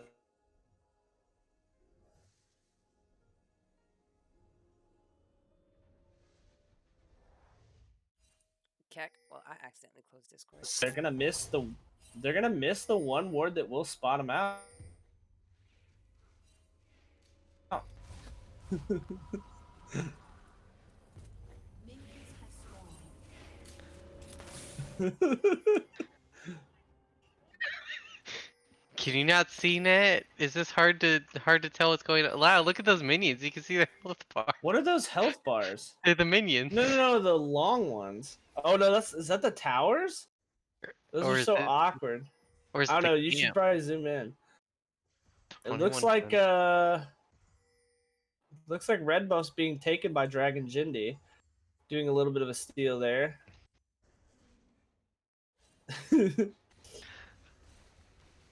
And a solo, or no, it does look like there was a leash from the side of Theory Nation onto this blue buff for Elise. Ooh.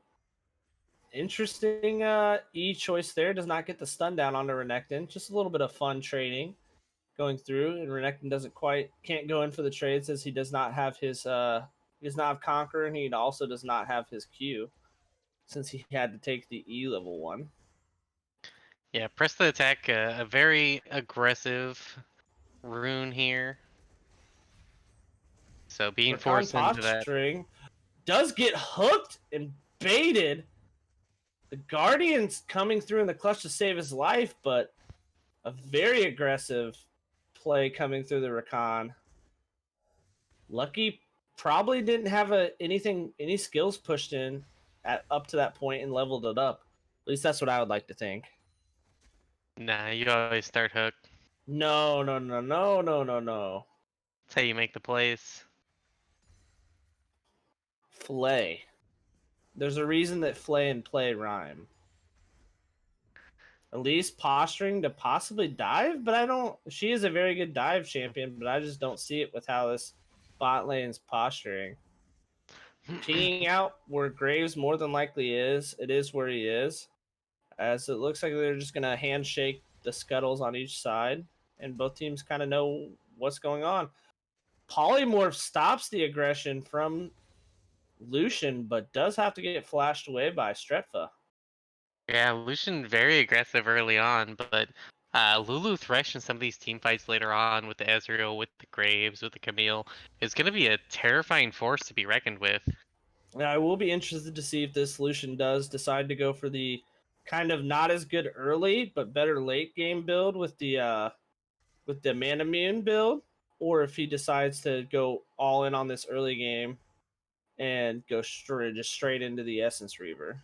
I mean, their comp is definitely built for very aggressive early game. You have the Elise who falls off extremely hard. Lucian falls off extremely hard.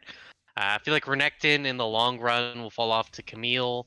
So really, you just have Syndra in terms of scaling, and it's not even that great, especially compared to the Ezreal. Well, that's why I'm thinking you might see this Merman come out from this Lucian.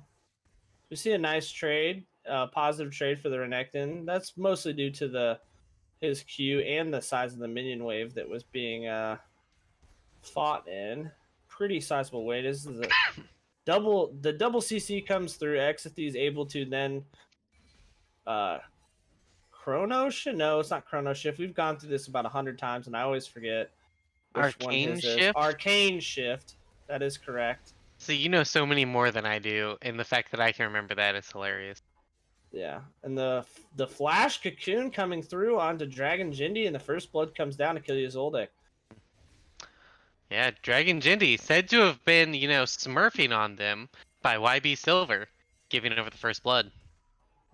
Pretty good trade there coming through on onto Pinocchio, but he has to recall, knowing that there's a damn good possibility. Definitely knows it now with the spider coming through, pulling the wave to make sure he doesn't give any kill credit over, but it looks like it doesn't matter because the W hit, and that's a kill onto this Renekton. It's going to enable his early game even more.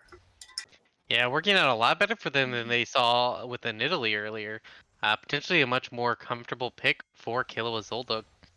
Yeah, it's not quite as wombo combo-y, but it's definitely better for the tower dive. Good polymorph to stop the culling from happening, but you're seeing a TP come down from Renekton onto this mid lane. A little confused as to why that happened. Yeah, I'm not sure Little about that one. aggressive. Like to talk to him and ask him what he was thinking there, but it's not the kind of luxuries we have. He didn't want to be casual. He just wanted to go in. That's true. He is, from what I've heard, he is never casual. It's just, I don't know why. It's just what I've heard. So good trading coming through, but the level up comes through for this Renekton and does give him a little bit of an edge there. As Yep. he does now have the Dominus. Pinocchio in a very precarious situation. We see the opposite of game one, where whoever really is able to finish out their Tiamat first is the one dominating this lane. Yep, and that, I mean, Pinocchio also did not use his teleport to get back to the lane, importantly, because the wave was kind of pushed away from him, so he could kind of afford to do it. So he is able to kind of stall out, and it looks like the ignite is not enough to get the kill, as the ultimate shield and were enough to stop this ignite from being able to kill. Rakan looking to possibly go in there, doesn't see anything, does get pinged out by the bot lane or Dragon Jindy himself, as it's possible there's Renekton's there. And without being able to recall, this Camille is really at a disadvantage in these fights. The triple Tiamat proc on an empowered Renekton W is pretty painful. As yet, Camille's just going to have to concede here and then recall at a CS deficit with the wave going to be crashing in. Importantly, Gonna be like you mentioned forced to use the earlier, TP. yeah, looking to TP back into this lane. Yeah, with the dragon falling down, maybe not looking for anything. Let Ezreal farm up, scale up. Don't need to look for anything because they're not able to get those deep wards there. It is truly tragic that Pinocchio had to recall for just another longsword. which is Poor probably why he Pinocchio. was not trying to. He just wants to have a real weapon.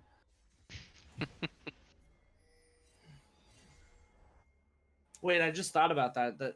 So Jax Pinocchio in League? He just wants a real weapon. Well, he finally got one. How so? With Does the, I think it's the mecha one where he has like an actual staff or whatever. Oh, I guess that's true. And technically, I thought you were gonna say like technically the kaiju is a weapon or whatever. As the flay comes through onto the Dominus, Renekton is able to use the PTA proc off of that to get a kill. The cocoon is not dodged out, forcing the flash out of Graves. Looks like they might be able to trade a kill back, but no, it does not appear that they will be able to. Renekton gets another kill as the ultimate comes through onto the Lulu, able to get the shutdowns onto this Graves, who desperately needs the gold, desperately needs to kill. The flash glitter lance slows him down for almost long enough, and it looks like Lucian's about to just clean up here. Can we get a polymorph onto this? The auto attack before the knockup comes through, the flash onto the Lucian, giving another From kill. minion on him. block! The minion block onto the Lucian. The flash flayed backwards as we do have a little bit of action, holding onto the hook for as long as possible, forcing the flash out of this Elise, or the Elise Syndra. Sorry, there's been a lot of action here. Holy moly, that was crazy. Yeah, that was some big pickups from the side of Dragon Jindy. Just what he needed to get into this game and put an injection into his team. Especially against some of these earlier aggression champions. Their ability to weather this storm early on is going to be key for them here. And getting as much as they did is really going to bolster them against that. And we see Pinocchio going back to what they did well in the first game, and that's forcing flashes out of the enemy. Charges in like an Attack on Titan character, jumping in, forcing the flash out of Killia Zoldyck. Jumping in like Aaron Jaegerbomb. Hook The just myth misses. hook. I think he was trying to do a predictive dash back. Sometimes when you get big brain on those thresh hooks, you end up looking dumb. But it's one of those where it was either going to look dumb or incredibly brilliant. As yet another culling comes down. This Lucian is in total domination of this lane. He can pretty much do whatever he wants. You say total domination, but I mean, if we're actually looking at the CF deficit, it's not much there to speak of.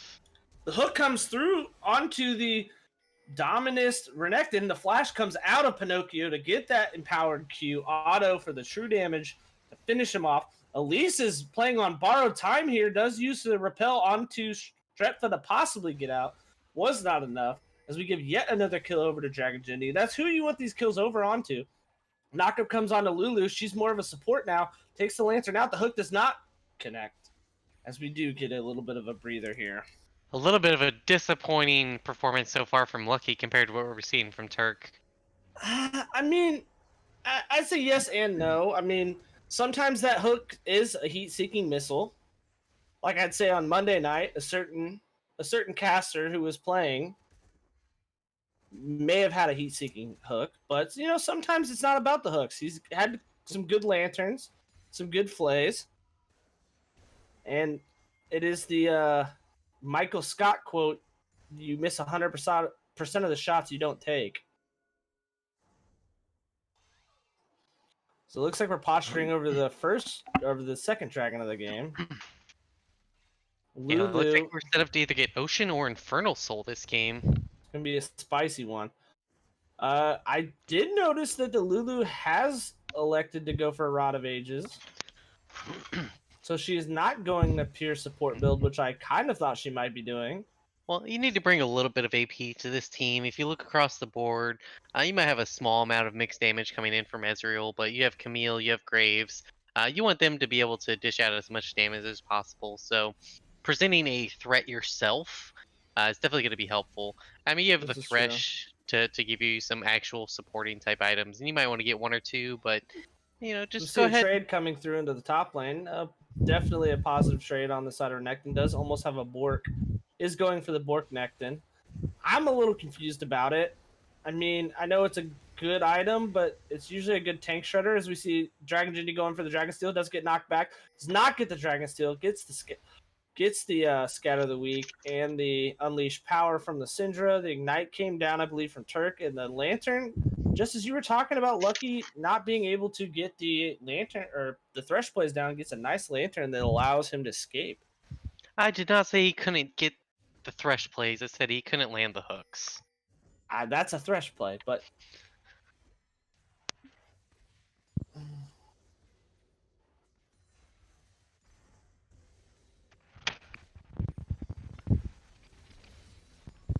looks like we got a little bit of a lull state as I say that the top lane gets a good trade in due to the fact that it looks like Pinocchio's just baiting down a level, but it looks like Never Casual also has some friends, and it looks like we're gonna have a kill onto this Renekton who's 4-2. The lifesteal plus the health from the Dominus was able to keep him alive long enough for them to get the kill, and it looks like first tower is gonna go over to this Renekton.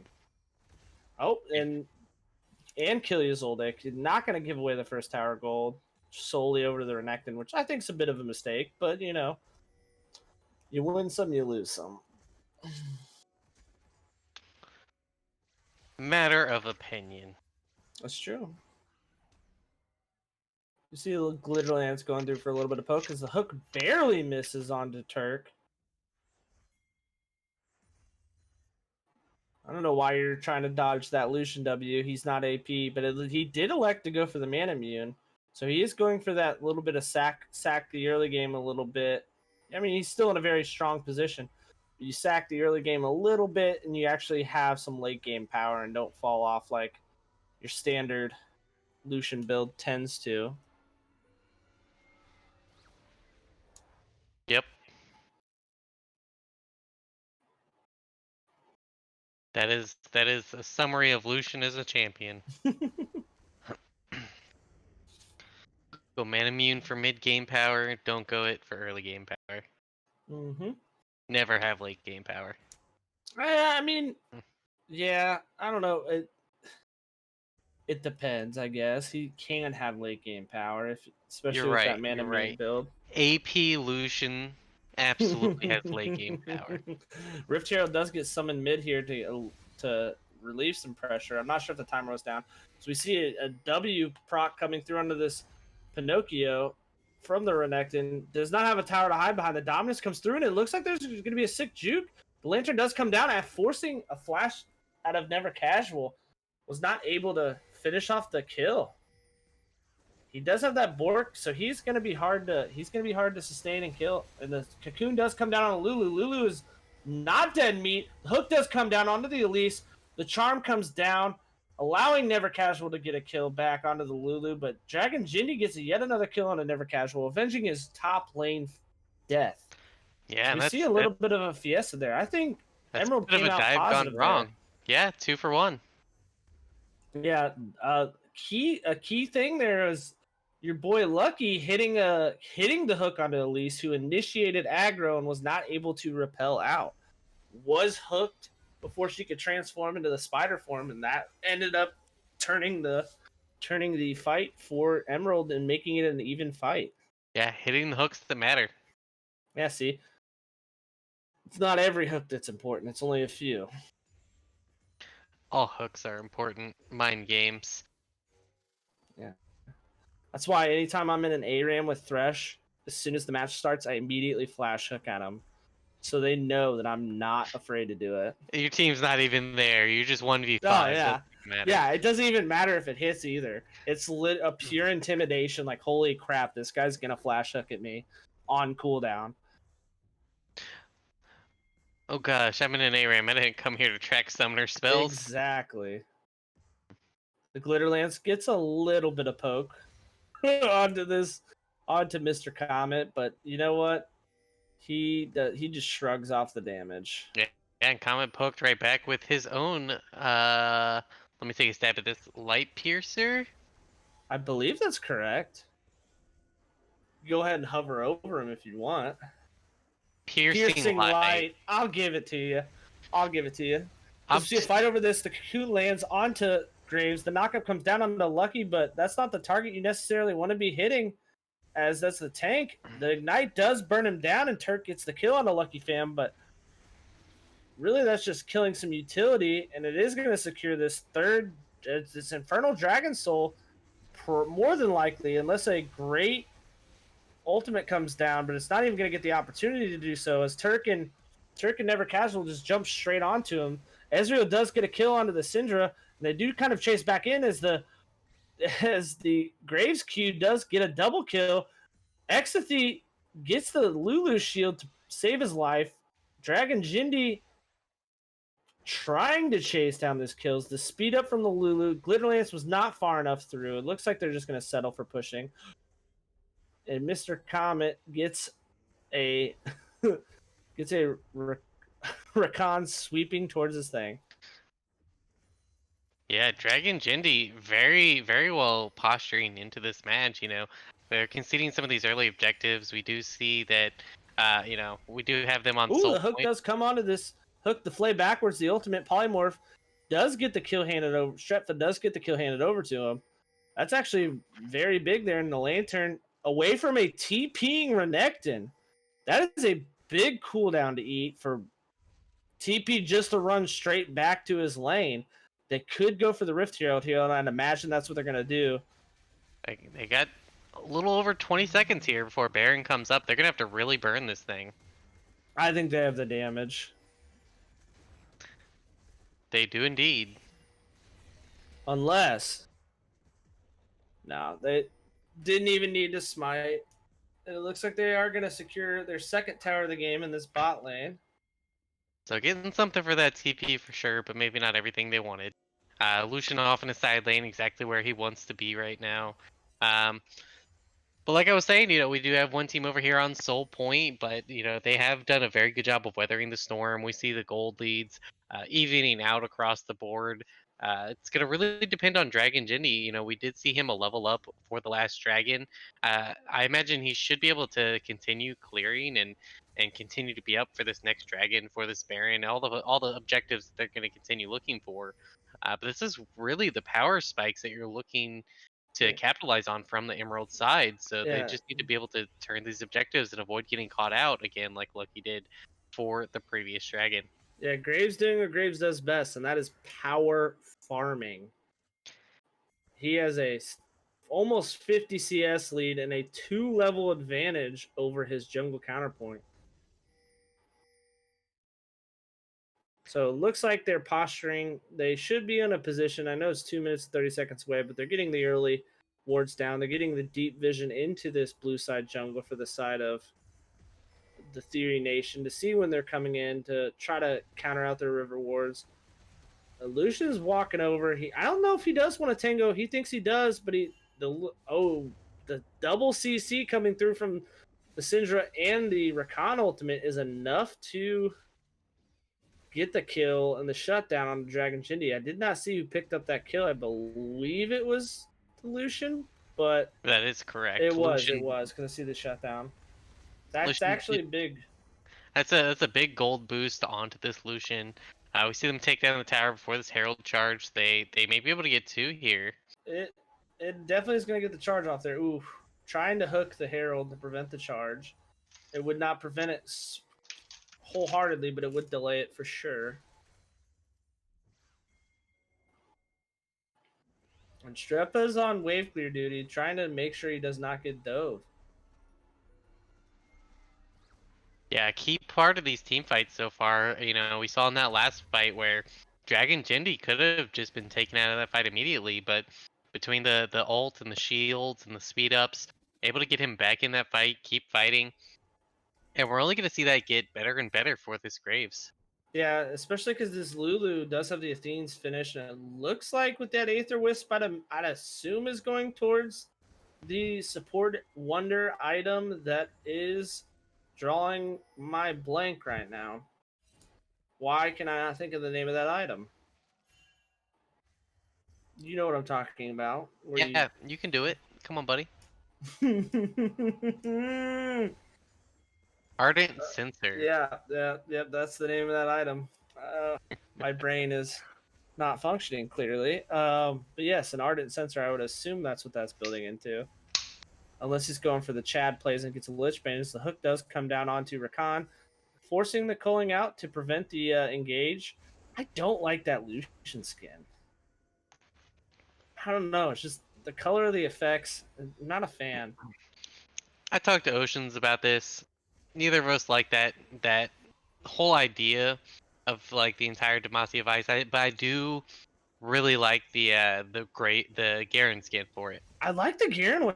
Well, I like what's weird is I like the Miami Vice or whatever. I like that color scheme on like for like t-shirts and like letter block and like stuff like that. As we see a team fight, as Damas comes through, the flash comes down, the quickness comes down to try to get the charm on the enemy team. Dragon Jindy is killed as the Dragon Soul does go over to the side of the red team. Lucky trying to do his darndest to delay this team from killing them, but holy moly, that is a big Dragon Soul to get. And it, as we were, talking about some Miami Vice stuff, Lucian kind of just rolled damage through that fight, and they're going straight into the Baron because there's not much the Emerald can do to stop them. Yeah, Dragon Diddy doing his best to get in there and stop that Infernal Soul from taking place, but just the massive amount of CC chain while Kill Zolduk finished up the dragon was hard to overcome. Yeah, but the hook just goes just wide. But yeah, that quickness plus the Renekton combo is really intense. Pinocchio trying to maybe take some Barons off the mat, flashes in, does not get the ultimate down, was on cooldown. So I'm not sure what he was looking for there. And it looks like they're just gonna, instead of taking Barons off the map, they might just be throwing the game wholly away. Because now we see a reset from the Theory Nation. Whew. A questionable TP coming through, especially when this Camille is not nearly ahead as she was in game one. Does not even have the Triforce complete, and that's we're getting pretty far into the game right now. Wouldn't mind hitting that X for me so we can see how much gold she's sitting on. Okay, so not sitting on very much gold at all. That's what I was curious about. Yeah, no one's really sitting rich right now. Well, I think a bunch of the Theory Nation people were, but they did just reset, so that is up in the air.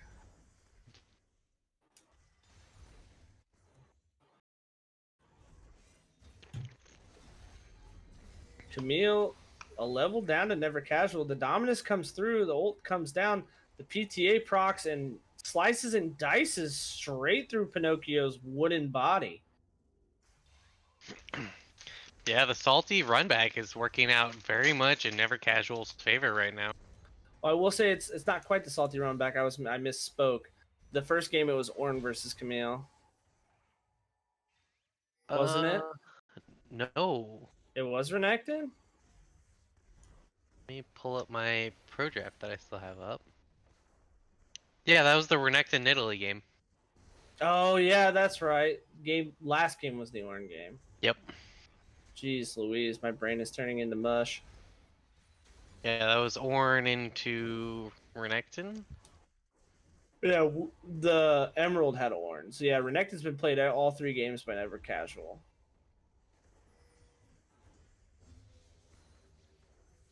Yeah, maybe a bit of a slow starter, but definitely picking it up here in game 3 where it counts. Yeah, it's been some questionable fighting coming out of Emerald. It's not over yet. We've still got a Baron up in what 3 minutes, and 2 minutes 30 seconds is that Elder. And while they have no dragons that would help them get the burn, if they can steal this Elder Dragon, they can turn a fight in their favor. They just got to kind of bait out the quickness from this Rakan, because I think that's a big proponent on why they're losing these team fights.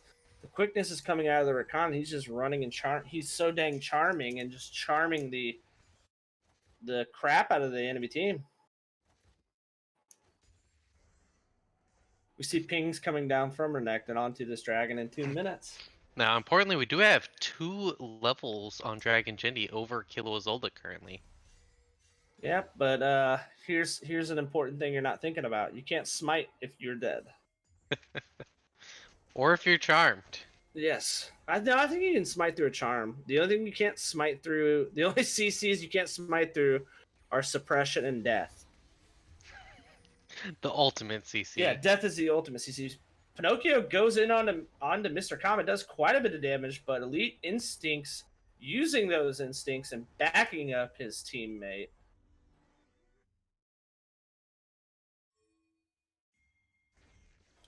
Using that, what was left of that Baron buff to secure yet another tower, balloon this gold lead up to 6,000, which really, for how much control they have, is not a whole lot. I think a big part of that is all of this farm onto the Dragon Chindi. The hook does come through, the follows, the flay, the quickness does come out, charming Dragon Jindy. The lifesteal comes through. Can he get another hook and a baited out a fight there? Got a big chunks onto Theory Nation members. That might be exactly what they needed, because the quickness looks like it might be on cooldown when Dragon comes up. I'm not sure what's the remaining cooldown on that, Iowa. Let's take a look. 50 seconds. So We got- yeah, it won't be up for another 30 seconds after this dragon spawn. So I mean, that's, with considering they had no casualties and the only summoners were burnt out of Lucky, that's a pretty well fought fight there.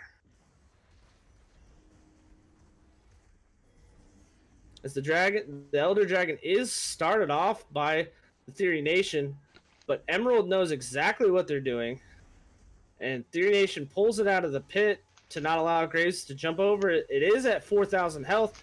It's getting very low. Whoa, we have a disconnect from Stretfa. Unfortunate timing, as the fight does seem to be going for the side of Emerald. See, Dragon Jinny getting kill on the Elite, getting another kill onto this Renekton. Cannot secure the other kill there. Ezreal is just spamming his Q through the whole team fight. Stretfa might have disconnected, but reconnected, I guess, at the end of the fight there. Polymorphed onto this Elise, and they win the fight somehow, but their base is getting put into shambles. They have to go for this Elder, I think, but they might lose a Nexus Tower for it. Yeah, I think they're making the right call here. Exithy should be able to solo this without no real issues. So Strat going back. They are pinging. You do see pings coming from Syndra and Renekton that their teleports are ready, so he's got to finish this quick or he's going to get murdered. You see the TP coming through on the side of Stretfa, and as soon as, oh wow, this is going to turn into another fight, it appears. The knockup comes through onto this Ezreal, who does have his items online. We see the TP coming out into the middle of no one. The threshold comes down. Can we get Blue Team does secure the Elder Dragon? Can they turn this into some kills? It looks like we're going to get at least one on the Elite Tactics, Elite Instincts. Renekton falls shortly after. Zhonya's the Exodia Blast gets another one shortly after. Meanwhile, Dragon Jindy's protecting this base. They did not lose a Nexus Tower. That's actually a huge outcome there for Emerald, clawing their way back into this, from what was almost a 6,000 gold lead to a 600 gold lead. And it looks like they're going to be able to get Baron and claw their way back into this game, because Theory Nation cannot contest a fight right now or they will get burst to death. Yeah, they've essentially assembled what is known as Exodia. Yeah, for those of you that don't know. How am I calm? I'm not calm. Buttered Chicken accused me of being calm. The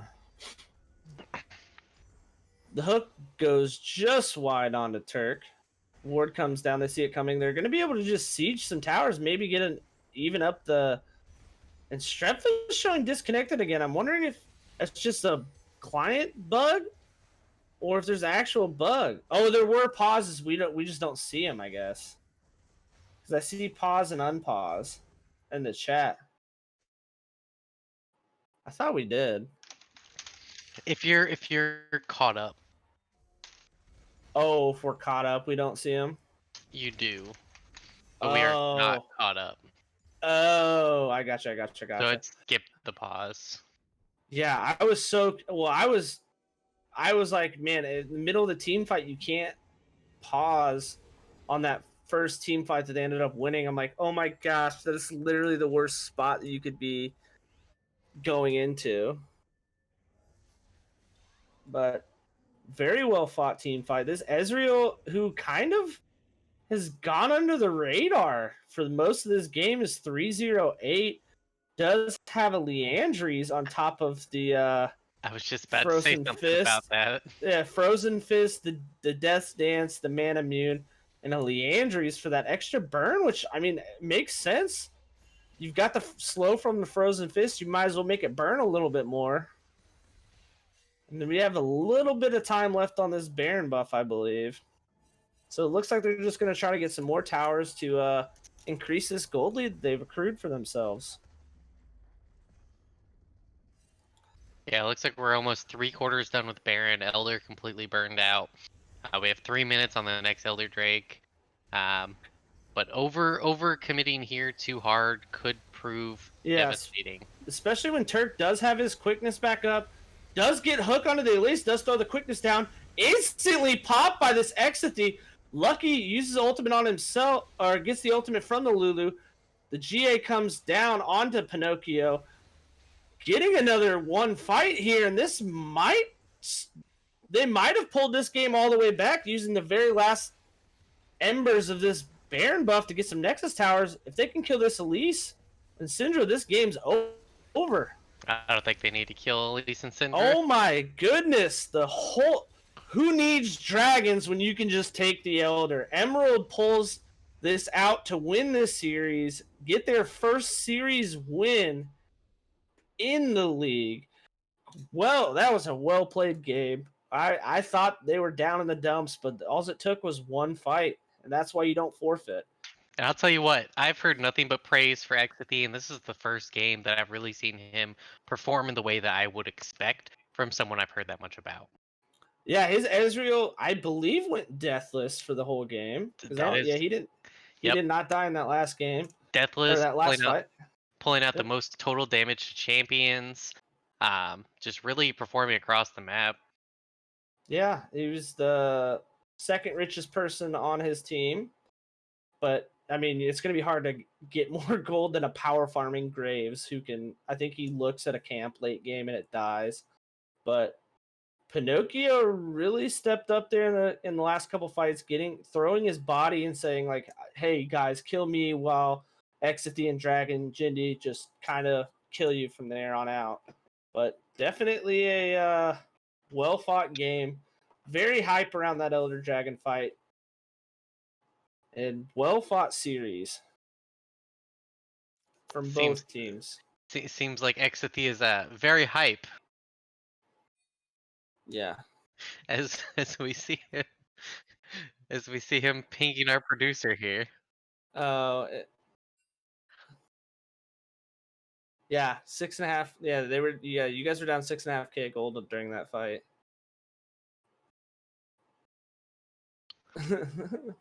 Yeah, that's exactly what those comps want to do, but their comp wasn't able to close out the game like it needed to.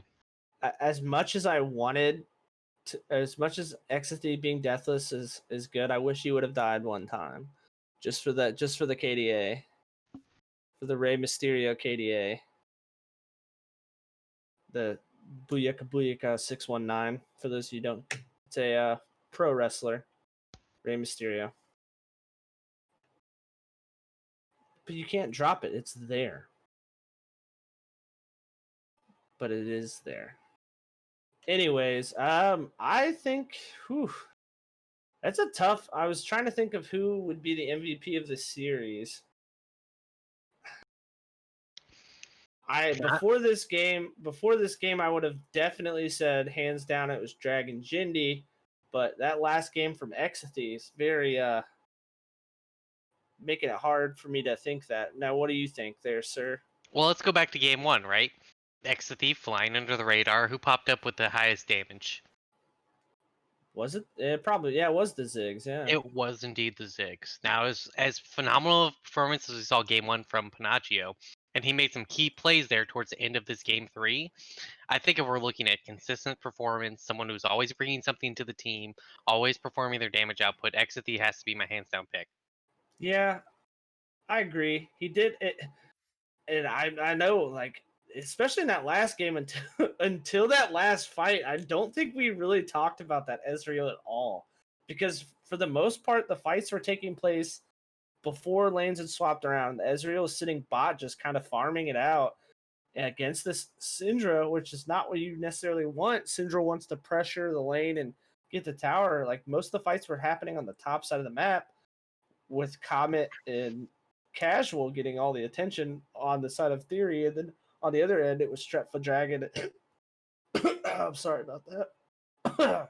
Yeah, and I talked about it at the start of the game. You have all these early game champions, people who want to steamroll their lanes. Hey, if you look bot lane, Rakan's wanting to do that same sort of thing, but this Glacial Syndra almost looking to scale somewhat as kind of a backstop for this comp. But if you're looking down to that bot lane, Ezreal is going to beat that Syndra every single time. Yeah, and that's where I kind of go into question that Glacial on the Syndra. Like, I do like the Super Soaker item regardless what you build, but if she's got Comet there, or even an Electrocute, that lane can be turned into a kill lane extremely easy. I think the Syndra pick overall was just a mistake. Yeah, unfortunately, we didn't get to see the pro draft. It might have been an early pick to where I guess they had Lucian, so they were doing a possible. They probably early picked the Lucian and the Syndra as like a kind of flex around. And then they decided to throw the Lucian mid. Unfortunately, we didn't get to see the pro draft, so we didn't get that effect. But Well, at the very least, it wasn't for. Well, it could have been. They could that's what I'm saying. They could have very well. They could have very well taken, like, first rotation the Lucian and Syndra, because then it, like, I'm guessing the draft went Graves was open, so it was first picked. probably, yeah. And then red side countered with Lucian Syndra, because it's like, hey, where are we going to throw either of these champions? So then I think it went Lulu Ezreal, probably. Ezreal, because then it's okay, is Lulu support or is it mid? And then we saw a Kindred ban because they didn't want the Kindred mid, which made you think it was Syndra mid and Illusion bot or top. So yeah, I don't know. I think it was just a bunch of, like, chess match kind of stuff with draft. I would have wished we could have. Wait, you Sure. had pro draft? Oh.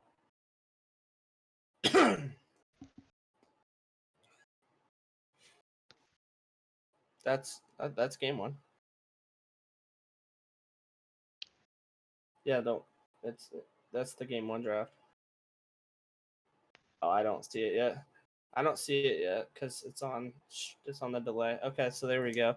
So it was Syndra Renekton, and then they went Camille Thresh, and then picked the Rakan.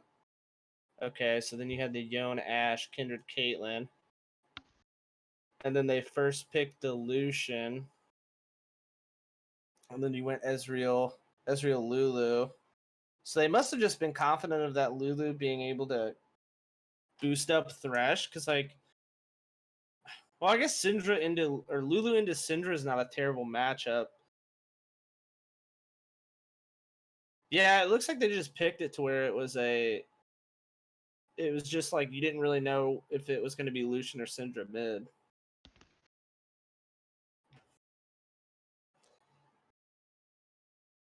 I guess it does make more sense to throw the Syndra bot than the Lucian, because if you're going Lucian into Ezreal Lulu, that's going to be really hard to fight. Because you're just going to get outranged and you're going to get poked. Or, sorry, Thresh Ezreal. I keep saying Lulu Ezreal. But Thresh Ezreal, I think you're going to get out poked.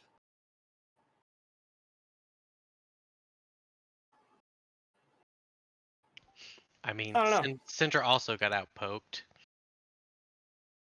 This is true, but I don't think she died in lane though. Well, irregardless, No, your point though to the exit the like inevitably will outscale this Syndra because Syndra did not get ahead enough. Is I mean I think that's literally why they won the game. Exit the MVP of the series. Emerald's first win. I think I'm about casted out. I don't know about you. yeah, that was an intense game. Yeah. Congrats to Emerald on their first win of this split. Good luck to the Theory Nation. Nation. Kill Zoldyck, great name. Yeah. Good luck to you. And I think for myself, Iowa, and our producer, who you never heard talk, and I didn't realize that half the time, Nat, I forgot. And for the rest of us at CCG Gaming, I'm gonna go ahead and call that a good evening. Yeah, I'm gonna go get myself a candle with the discount code CCG15. Oh yeah, whoa! You can get a discount code for CCG Absolutely, 15. Where 15% at? off. What? Who can provide you with this candle? Lazy Lizard. This sounds too good to be true. I'm sorry. I was ready to sign off, but now you reeled me back in.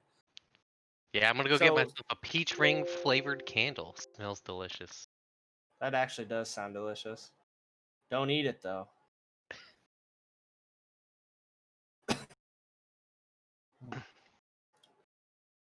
And So as yeah, if I'm you gonna go couldn't, do that. I was gonna say if you couldn't tell from our little bit of banter, that is our sponsor, Lazy Lizard Candle Company, and you can get a generous 15% off on non-discounted candles using the code that Iowa had alluded to before. It is CCG15, as in Crystal Cave Gaming 15. So with that in mind, I think I know what I'm going to be doing tonight, and I call that a good evening.